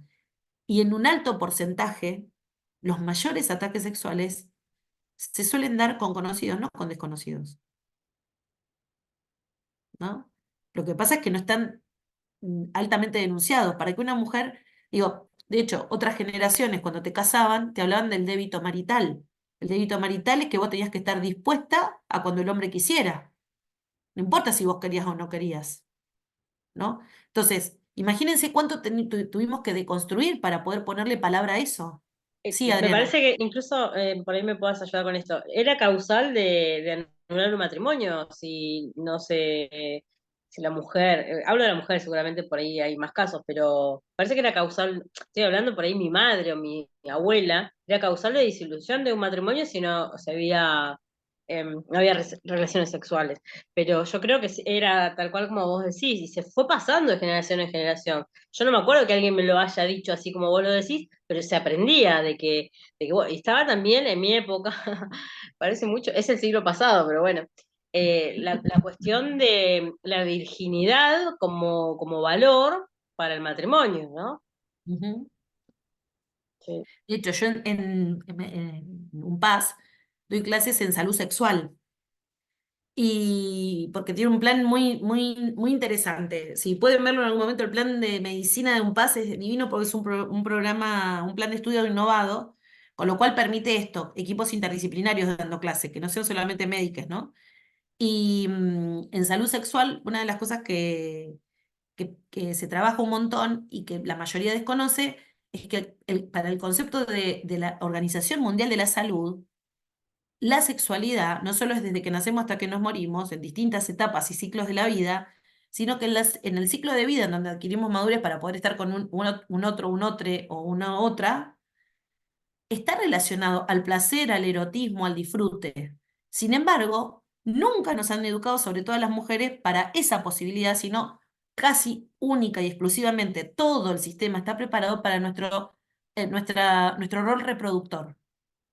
Entonces, de hecho, si en una pareja, si pensáramos en el ámbito de la pareja, la mujer no trae hijos al mundo y es como una mujer que no sirve mucho si es estéril o si elige no tener hijos. Hoy las nuevas generaciones, no sé si les pasará a ustedes, pero a mí me pasa en mi entorno, digo, tengo gente joven, hoy se animan a decir, yo no quiero ser padre, yo no quiero ser madre. Y no hay ningún problema con eso. Pero no estamos hablando de tantos años atrás, y para ciertas culturas, porque también tenemos que abrir el horizonte, no todas las realidades de nuestras provincias son iguales. No es lo mismo incluso el conurbano que la capital o la provincia de Buenos Aires que alguna otra provincia. No es lo mismo. Digo, hay cosas que se siguen reproduciendo del mismo lugar. Entonces, eso son caldos de cultivos que atentan contra tu libertad, contra tu dignidad, digo, no te dan elementos para la libertad, ¿no? Elementos para poder elegir en libertad. Entonces, cuando vos sentís que es una obligación, nada, te fumás la que venga porque crees que es lo que corresponde. Ahora, lo que trae de novedoso esta ley además es que lo que nos dice es que esto no es que solamente pasa en el ámbito de la familia, de lo doméstico o de la familia. Eso también se termina reproduciendo en otros ámbitos. Y esto es lo otro que a mí me pareció como maravilloso de esta ley, digamos, porque fue la primera que contextualizó y definió que además de todo esto que estamos hablando de las violencias pueden darse en ciertos ámbitos y se expresan de determinadas maneras, ¿no? Y esto también me gusta como clarificarlo, a lo mejor ustedes ya lo tienen, pero si no, y si lo tienen lo compartimos y si no, quien no la tenga lo conceptualizamos. La ley plantea que modalidades son los ámbitos, los lugares donde la violencia se expresa, los lugares, los ámbitos de donde nos movemos. Y los tipos son las formas. Entonces, esto dio una posibilidad de ampliar la mirada, de entender de qué hablamos cuando hablamos de violencia de género y poder entender que la violencia doméstica es uno de los ámbitos en donde podemos vivir violencias, pero que existen otros también. Entonces te nombran la institucional, la laboral, contra la libertad reproductiva, la obstétrica, la mediática, el acoso. O sea, estos son los ámbitos en donde estas violencias se pueden dar. ¿Qué es lo que suele pasar? Es que las femenidades, y digo, en este caso, digo, quienes trabajamos en servicios, que hemos trabajado en servicios territoriales y demás, hoy sigue siendo un alto número de femenidades cis, ¿no? Mujeres cis, eh, entendiendo que mujeres cis son aquellas que se reconocen heterosexuales, ¿no? Aquellas que coincide su genitalidad con su elección respecto de identidad respecto de una persona de un sexo diferente al de ella. Digo esto porque el otro día en una clase en donde uno da por sobreentendido de gente muy joven y un chico no entendía que, por ejemplo, que una mujer trans, él entendía que era heterosexual. Ustedes ya han tenido también un módulo de diversidad, creo. Eh, ¿Lo tuvieron con Martín Boy? Al de diversidad. Ya pasó hace mucho, ¿no se acuerdan? No, no me acuerdo los nombres tampoco, ¿no? Ah, bueno. Era uno de barbita, uno que no sé, bueno. Él, porque es uno de los referentes en diversidad de la universidad. Pero bueno, esto que hoy siguen llegando más a los servicios, mujeres heterosexuales y por consultas de violencia doméstica, porque sigue siendo la más nombrada, la más desnaturalizada, la que más está en el tapete, digamos.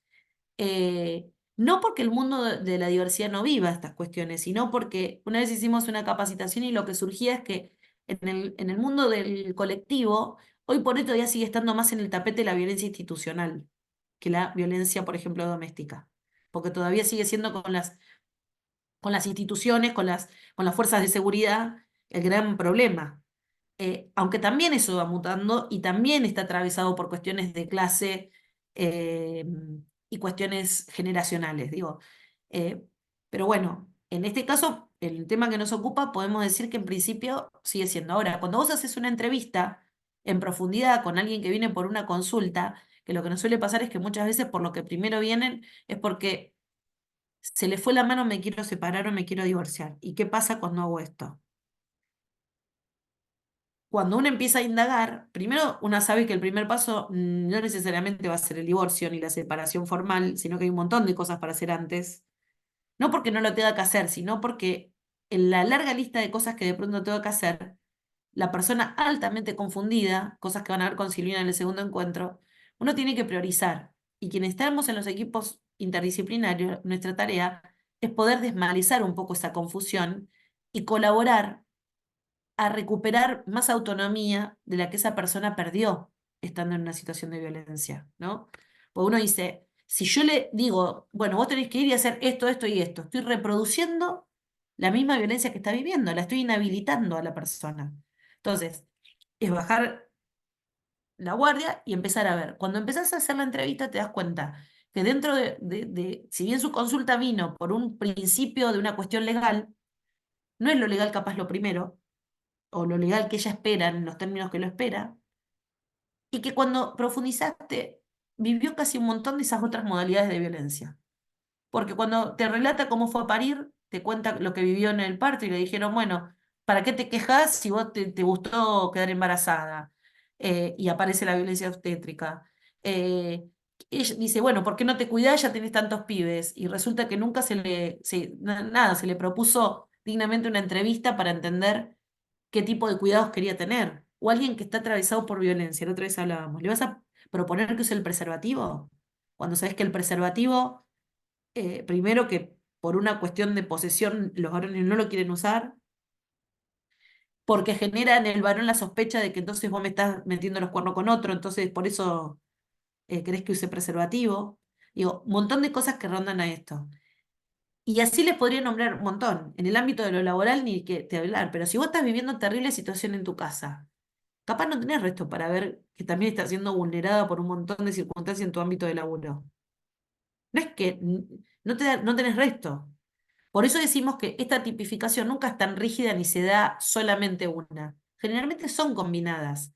El tema es que ante una consulta vos tenés que poder discriminar como profesional que intentás acompañar o como centro comunitario o como espacio de iglesia. Digo, los circuitos en donde logre abrir por fuera de lo privado algo de esto y lo primero que le va a ocupar es lo que vive en su casa, porque es lo cotidiano. Después iremos viendo qué hacemos con los otros espacios y si quiere hacerlo, ¿no? Y las formas en que se expresa son muchas de las que ustedes ya han nombrado y que conocemos, ¿no? Creo que lo que se sumó últimamente, que se sumó legalmente, fue lo digital, que esto lo trajo mucho la pandemia. Vieron que por un lado la pandemia y por otro lado la moda de las redes sociales.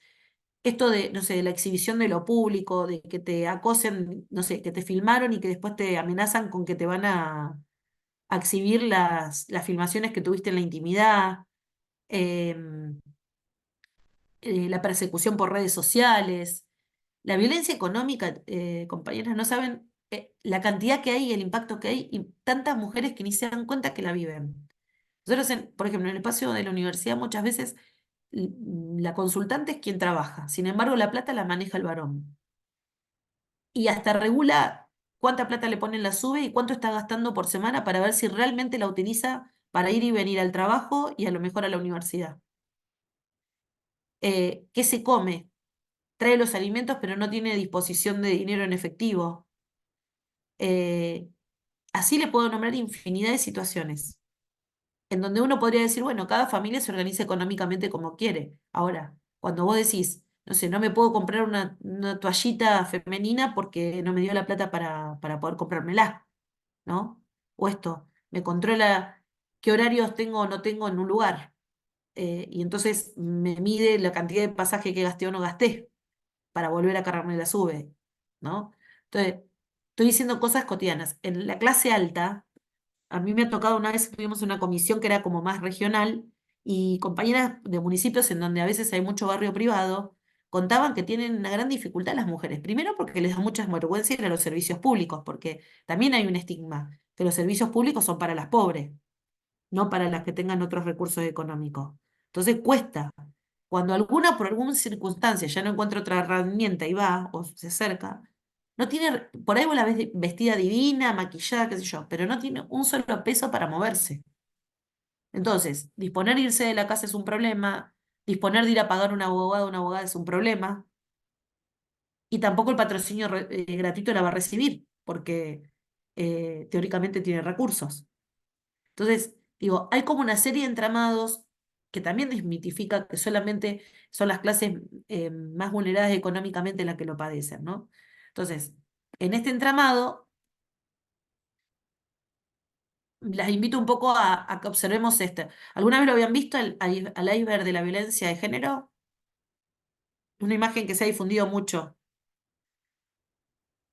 Yo en algunas que son como grupos así de ingresantes y demás, siempre les hago la broma, ¿no? De que a veces el único iceberg que vieron fue el del Titanic en la película, ¿no? Hacemos ese chascarrillo. Pero digamos, en medio de esta temática tan dura, digo, como para distender, le traemos un poco esa figura en términos de decir que para que se vean para que cuando afloran las más graves, se tuvieron que dar mucho antes un montón de otras, que son las sutiles y las invisibles, y que están sostenidas por todo, porque en algunas de estas cuestiones que vos traías, Adriana, pasa que las mujeres cuando, por ejemplo, iban a sus entornos familiares y de pronto los varones son los más divinos del mundo, y no te creen que dentro de la casa pueden pasar ciertas cosas o las amistades cercanas no te pueden creer que ciertas cosas están pasando en el ámbito doméstico. Entonces es como mucho más difícil también transitar. También la vergüenza y la culpa que da, aunque tendría que ser quien lo hace el que tiene que tener vergüenza.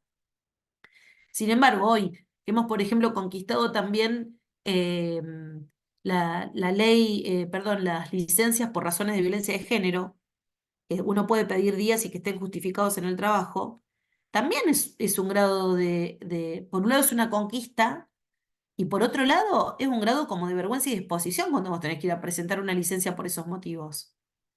¿No? No te es gratis, no es liviano una cosa así. Por eso yo digo que poder pensar en esto, ¿no? De cuántas violencias son sutiles, invisibles, pensaba cómo también lo cultural e histórico tiene un lugar amplio, enorme, eh, y pensando en eso también, ¿no? Pensando en momentos, yo nombro mucho esas décadas porque fueron como los hitos de cambios, ¿no? La vuelta a la democracia habilitó algunas cuestiones. En esas, por ejemplo, en términos del humor, que es un gran reproductor también de estereotipos y de formas, eh, pienso en los 80 y quién era el humorista emblemático del momento, ¿no? Alguna se acordará. ¿Olmedo te referís? Olmedo. Olmedo, y las que no saben, googleen las que son, si son muy más chicas. Olmedo, Porcel, eran como los, digamos, los humoristas emblemáticos. Yo creo que hoy hacen humor y estarían presos, o sea, no sé si presos, pero bastante denunciados. No llegan a, porque bueno, la justicia es bastante compleja. Porque el humor también es parte de nuestra cultura.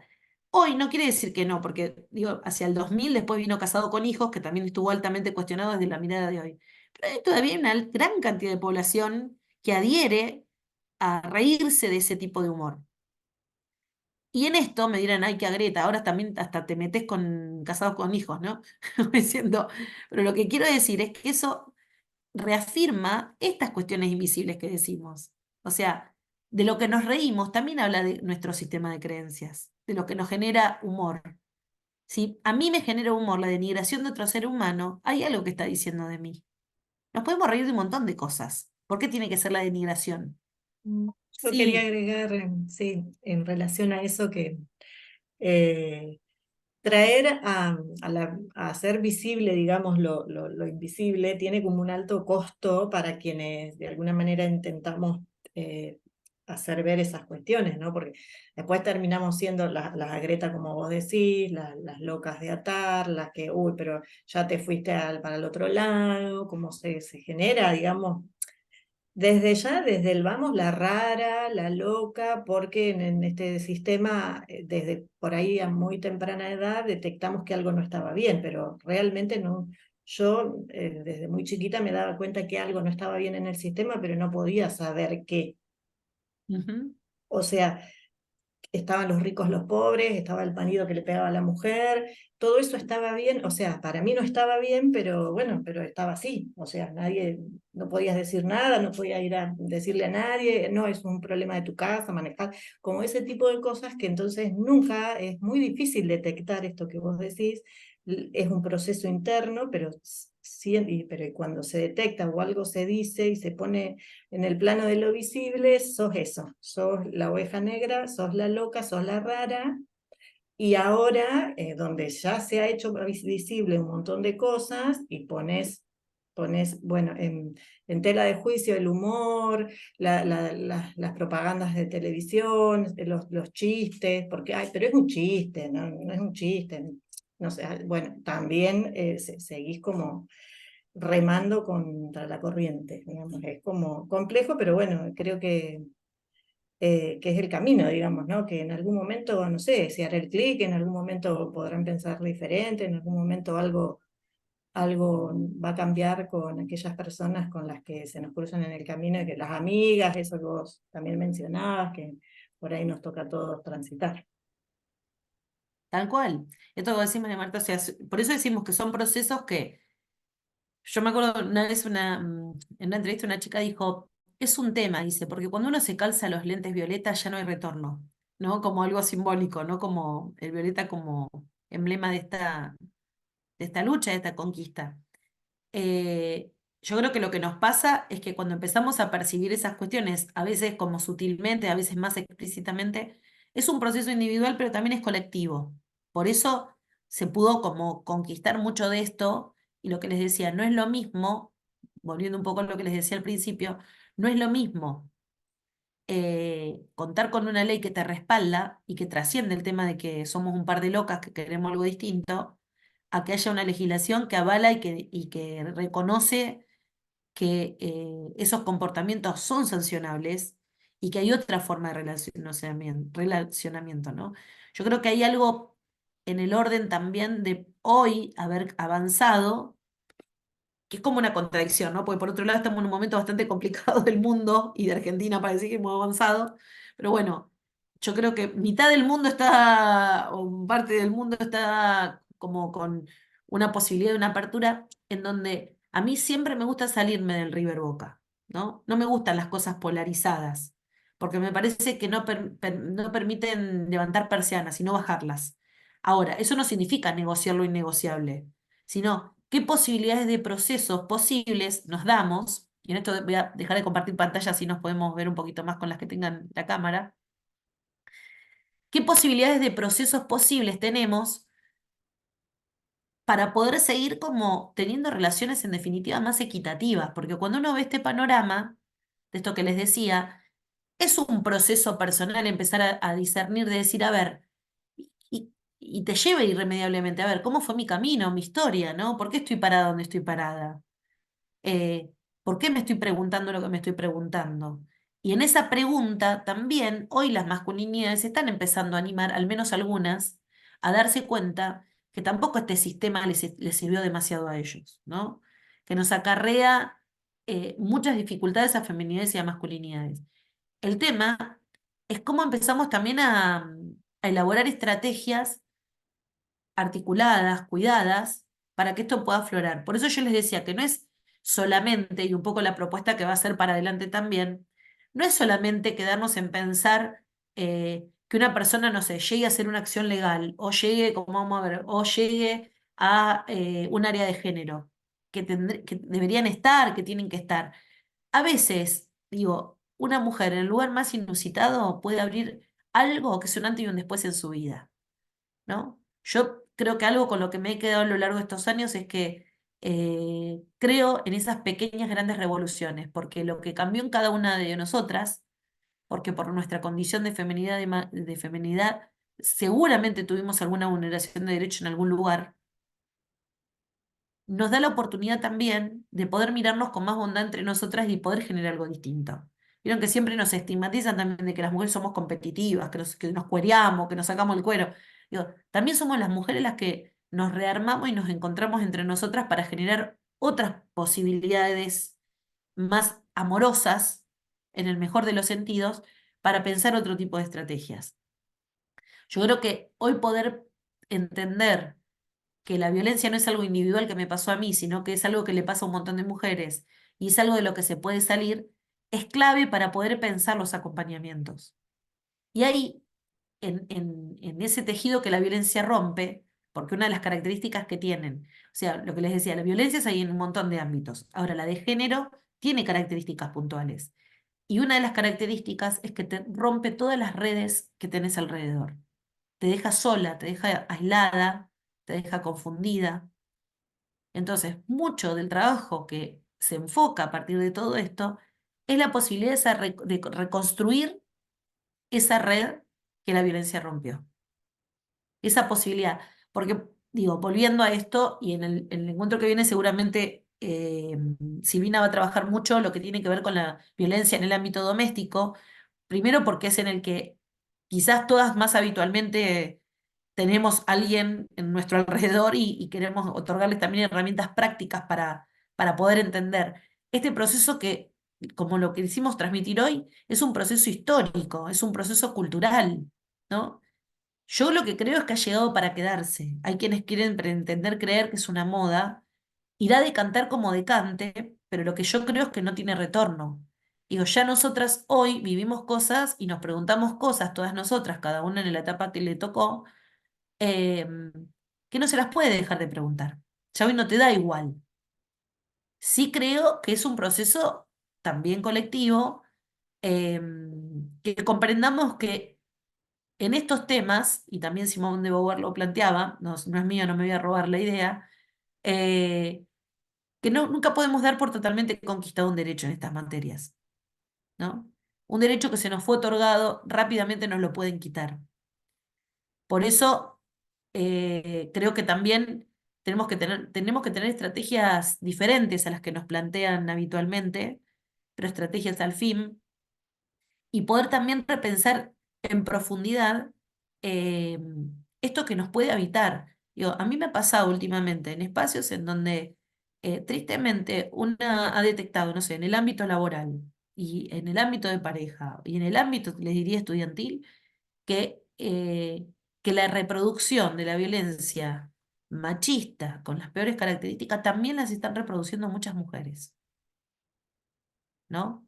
Entonces, digo, la corporalidad no solamente es un tema, sino también todo el tiempo es una permanente revisión, sin dejar de disfrutar de la vida, ¿no? Sin dejar de desvelarnos, pero en donde podamos habilitar una conciencia crítica, digamos, de nuestros actuares y de qué implica a veces sin querer la revictimización, ¿no? Cuando decimos revictimización, estamos hablando de esta cuestión de que hace que la persona tenga como que repetir 25 veces lo mismo en un montón de lugares, pero también es revictimización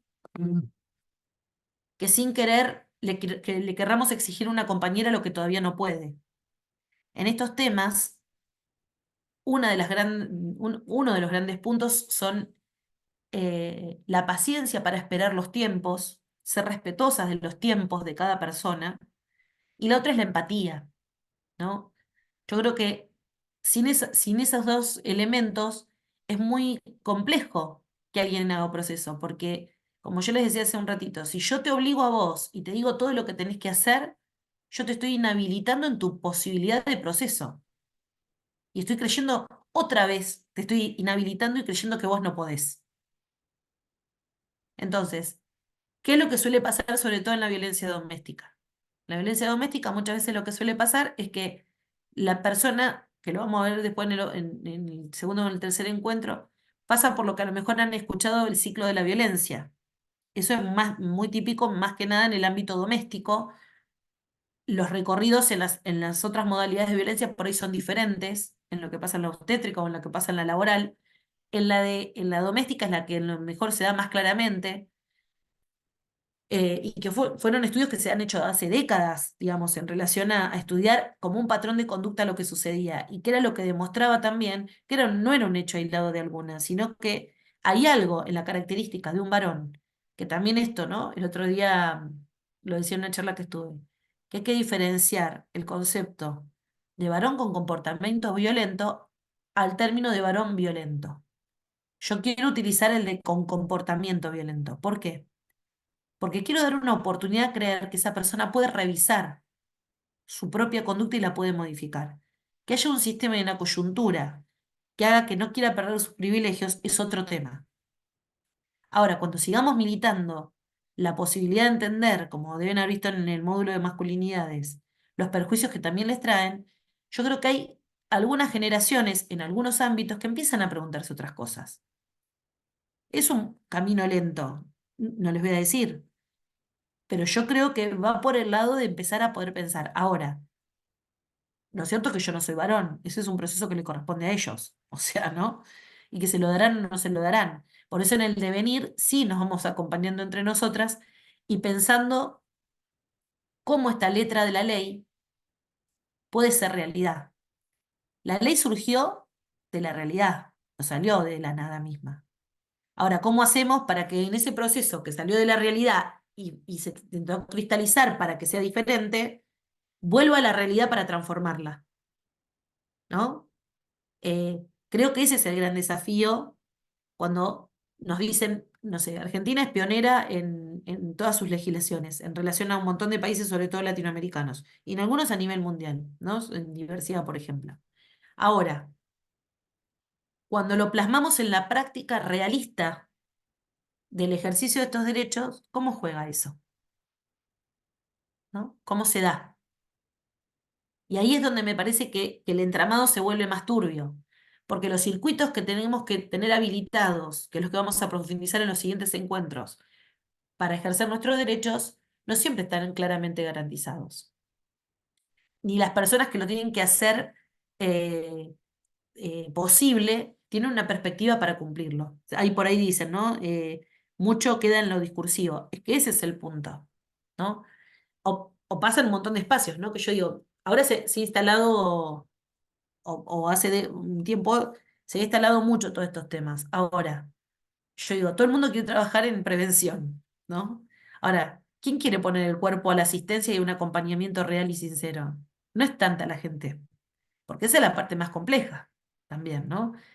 Y en donde yo lo que creo realmente es que el espacio más inédito puede ser el propicio para ayudar a reconstruir esa red que se rompió. En nuestra zona, bueno, quienes somos de la zona a lo mejor conocen, hay redes que son de guarderías y centros comunitarios. Eh, y uno de los epicentros en donde las mujeres más se abren a la posibilidad de escuchar otra cosa es en ese mate que se toma mientras se está preparando la comida o en esa charlita que se dio en el contexto de un taller que a lo mejor era para charlar de otra cosa. Y salieron cuestiones que a lo mejor nunca en su vida le habían podido poner nombre. O esto que vos decías, creo que Adriana y María Marta, ¿no? Esto de cosas que, que algo nos hacía ruido, pero no le podíamos poner nombre, porque aparte todo el mundo lo aceptaba. Y ustedes no sé si han visto eh, Poco Ortodoxa, que es una serie en Netflix, de una miniserie, ¿la han visto? Muy interesante en términos de lo cultural, ¿no? Porque ahí no estamos hablando, digo, no era el recurso económico el problema, digamos, ¿no? No era, o sea, en términos de que había recurso económico. Ahora, ella estaba atravesada por un montón de tipos de violencias. Ahora, para esa cultura no eran violencia. Para el gueto de ese espacio, y da para un montón de discusiones esto, porque hay quienes pueden decir, bueno, ¿quiénes somos para meternos en la cultura? Pero, ¿hasta qué punto también el concepto de libertad tiene un lugar? Y también el pensarnos todas nosotras, ¿cuánta libertad tenemos? ¿No? Aquellas elecciones, nosotros muchas veces en la universidad cuando están los ingresantes o en algunas carreras, por ejemplo, no sé, hay carreras altamente feminizadas respecto de otras. Y el poder pensar, ¿por qué ciertas carreras tienen muchas más mujeres que varones? ¿No? Y ahí entra en juego esto de cómo nos han reseteado a lo largo de nuestra vida para creer que estamos preparadas para el cuidado, por ejemplo. Y que y que la que no quiere cuidar no es una buena mujer, ¿no? Estoy en educación inicial, claro, son todas mujeres la mayoría.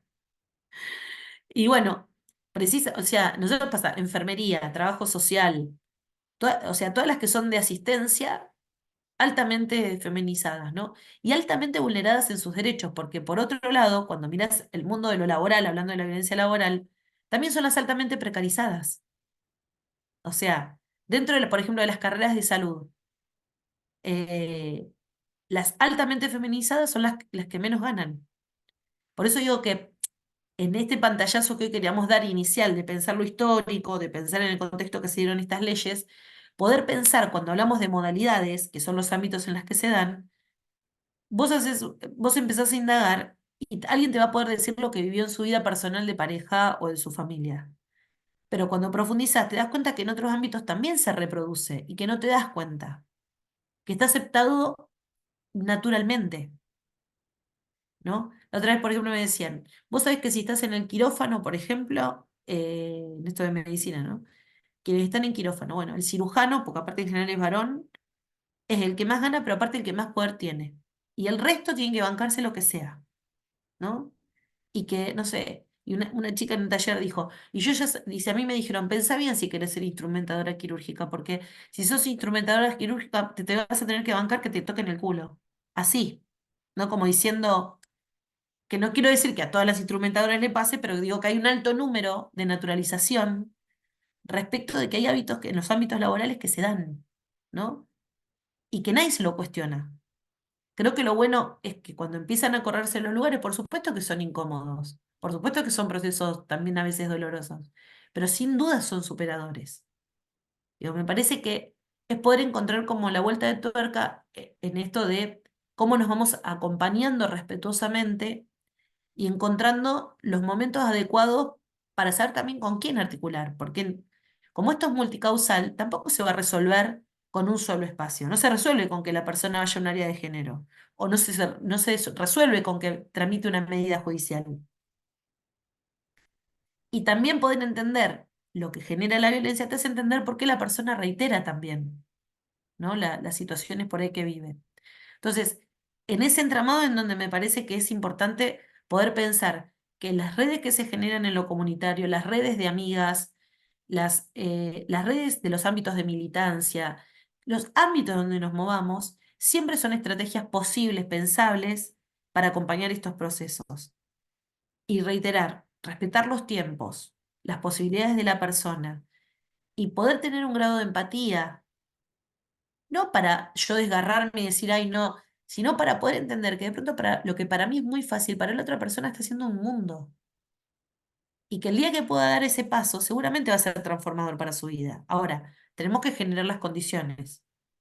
Por eso, digo, esto es multiplicador y es la posibilidad de poder empezar a pensar, y está buenísimo, como está pensado, por ejemplo, en la diplomatura, en esto de entender que el género es el paraguas amplio, digamos, en el donde nos repensamos y es el que repensando en los géneros, vamos a evitar las violencias.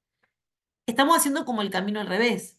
Pudimos empezar a hablar de género cuando hablamos de las violencias. Ahora la propuesta, en estos tiempos, poder decir, bueno, tantos años, recién pudimos hablar de género cuando las violencias nos atravesaron, no le pudimos poner nombre, que el módulo de violencia esté en el último lugar, en el último bloque, también es pensado en esto, ¿no? Empecemos como a repensar distinto. Si nosotros trabajamos todo lo anterior que ustedes vienen viendo en la Diplo, seguramente vamos a llegar con efectos más reducidos a estos abordajes que tienen que ver con las violencias. No, no hay como otra fórmula u otro camino. Por eso creemos fervientemente en la capacitación y en la sensibilización. Yo digo, el curso de Ley Micaela, está muy bien que lo planteen, que sea obligatorio, pero el tema es que si no tiene un componente de sensibilización, de posibilidad de revisión, de abrir una pregunta, es un requisito que se cumple y que cae medio en bolsa rota, ¿no? Entonces yo digo, no tenemos que tenerle el curso de Ley Micaela, sí, por supuesto lo tenemos que tener, pero tenemos que ser estrategas en lo que el sistema nos permite en estas cosas. Entonces yo digo, si yo de un taller, de una clase, me voy con más preguntas que respuestas en algún punto, valió la pena, porque me abrió a repensar la realidad de un lugar diferente. El día que tengamos todas las respuestas estamos en el horno. Lo que sí podemos darnos es compartirnos estrategias de intervención, miradas para seguir trabajando, poder entender esto, ¿no? Digo, yo muchas veces escucho que gente con la mejor voluntad entremezcla el tipo de violencia con la modalidad. Y vos ves, incluso profesionales, digo, porque acá imagino que es un grupo muy plural, que vos ves que te dice, sí, sufre violencia doméstica, institucional, física, psicológica, y se arma un menjunje de conceptos que vos decís, a ver, paremos la pelota, y lo primero, por eso les digo que dependiendo del rol de donde estemos, es importante tener en claro también la conceptualización. Una cosa es que yo acompañe a alguien de mi entorno en relación a lo que está viviendo e intente favorecer o entender de qué se trata y poder ver sutilmente cómo acompaño eso. Y otra cosa es que yo esté en un rol profesional en donde estoy intentando formarme en esto. Tener en cuenta estos conceptos teóricos es muy importante para también defender mejor lo que queremos postularnos. Si yo tengo que elaborar un informe, tengo que poder transmitirlo con las herramientas concretas de lo que esto significa. Porque si no, en definitiva, si no embarro más la cancha, ¿no? Diríamos en el barrio. Entonces, me parece que eso es uno de los puntos esenciales. Y después, el tema de poder tener respeto a esos tiempos y ver la posibilidad de cómo ayudamos a pensar un plan de acción, así le decimos en las áreas de género, ¿no? El plan de acción es como decir, a ver, de todo lo que está pasando, qué es lo urgente, qué es lo importante, qué es lo necesario?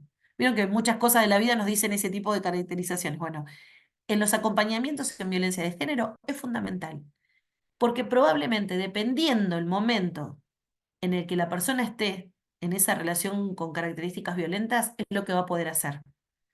Digo, con esto me gustaría como hoy ir cerrando el encuentro un poquito, pero pensando, digo, en ese ciclo de la violencia, que después ya veremos los momentos que tiene, en general, la persona cuando está en el momento de más explosión, de más violencia literal, que es tangible, es en la que busca ayuda.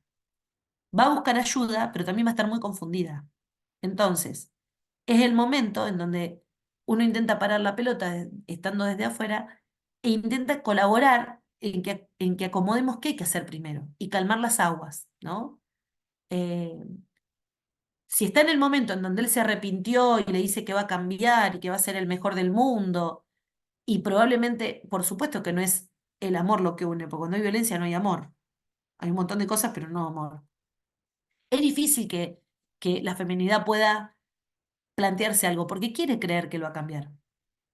Entonces, mis estrategias de acompañamiento van a ser diferentes, ¿no? En el mundo de lo laboral, yo puedo darme cuenta, primero capaz ni me doy cuenta, si me doy cuenta que mi jefe o jefa está ejerciendo algo. Bueno, tengo que ver qué estrategias proponemos, si soy la protagonista de la situación o si soy alguien que acompaña. Porque también es cierto que hoy en el mundo de la laboral todos lo necesitamos. Entonces vos decís, bueno, ¿qué estrategias se pueden dar? En muchos lugares se empieza a ver áreas de género y demás. También no sabemos si van a dejar de estar, pero bueno, digamos, estamos en ese devenir. Em, el próximo encuentro se va a trabajar profundamente el abordaje con las mujeres, sobre todo a ver qué dice acá. Yo ahora puedo entender un poco más ese acompañamiento. Ah, acompañar a tu hija. No sé, porque estás como usuario, no sé tu nombre. Te veo la cara, pero no sé.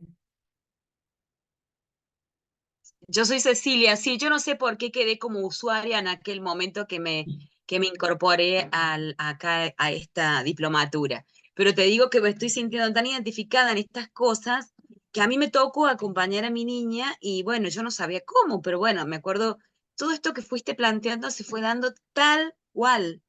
La confusión, el dolor, uno no sabía cómo hacer. Yo quería hacer la denuncia, la psicóloga me dijo, no, vos no podés imponerte, tiene que ser ella, porque es una forma de decirle que ella no puede.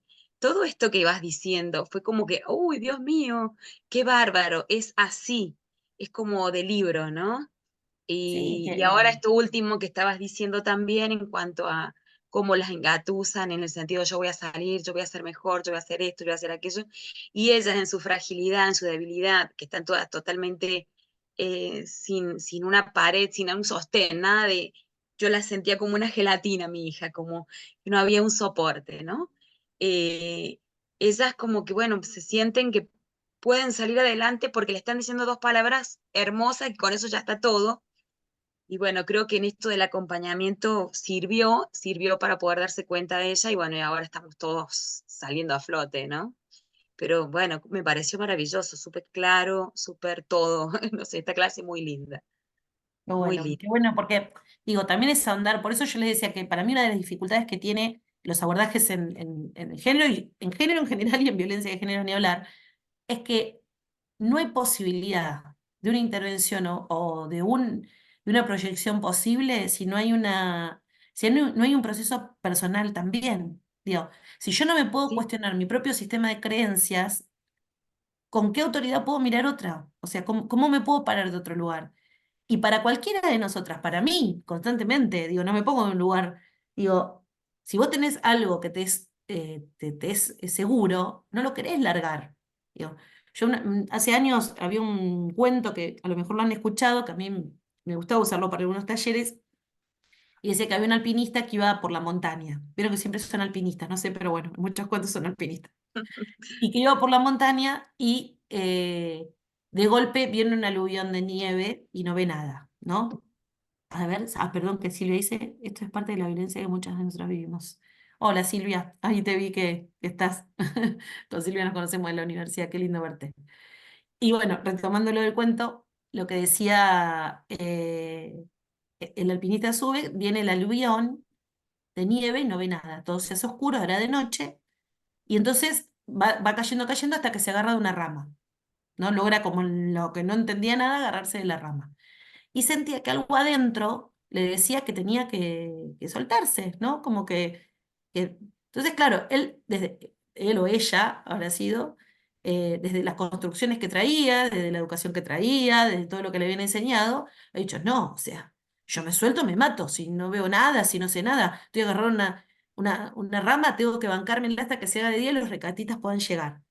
Bueno, cuando se hizo de día, los rescatistas llegaron y lo encontraron al alpinista eh, agarrado a una rama, muerto, congelado, a medio metro del piso, ¿no?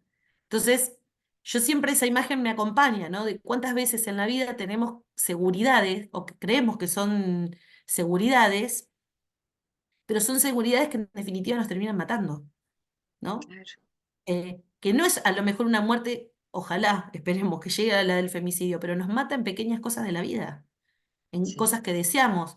¿Cuántas veces en los talleres las mujeres nos queremos preguntar qué queremos? Y a veces sabemos lo que no, a medias, pero conectar con el deseo, con la posibilidad, nos cuesta un montón.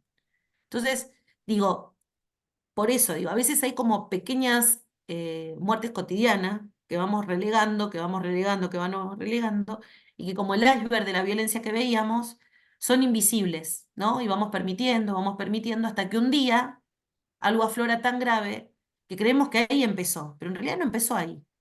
Y a veces también es doloroso ver que la violencia es una forma de comunicación y que en nuestras historias personales, familiares, eso existió de alguna manera. Y fue generando nuestra forma de ser feminidad o masculinidad. Ujú, Entonces, sí. de construir eso también es doloroso para cuando tenemos que acompañar a alguien y también doloroso porque lo estamos viendo en nuestro propio proceso. Ahora, lo fabuloso y maravilloso de eso es que después está mucho más liviana y es mucho más digna la vida.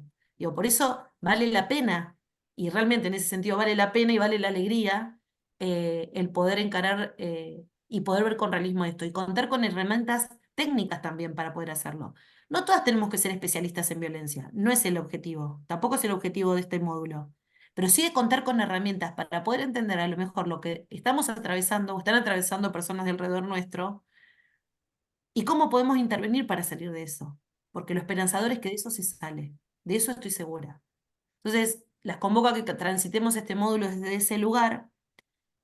Vamos a ir recuperando también, yo quería hacer un trabajito grupal, pero no nos dio el tiempo, con lo que también les dejamos en el asincrónico, pero lo vamos a ir recuperando en estos 2 encuentros también que quedan, y poder pensar. Quienes no lo hayan visto, los invito a que vean el corto que dejamos en el Sí. aula, porque es muy gráfico, me parece que es interesante para poder entender estos conceptos. Y un poco en esto de los abordajes, el texto que le dejamos también, ¿no? Cómo el sistema reproduce estas violencias también, ¿no? Entonces, por eso a veces no se hace fácil. Pero vamos a ver cómo también hay modalidades que permiten que sí se haga proceso, que es lo más lindo. Así que bueno, no sé si hay alguna duda, alguna inquietud. Digo, porque son 20:01 y no quiero ser infiel al horario pactado. ¿Alguna pregunta, alguna duda? No, yo creo que fue re claro todo, me encantó.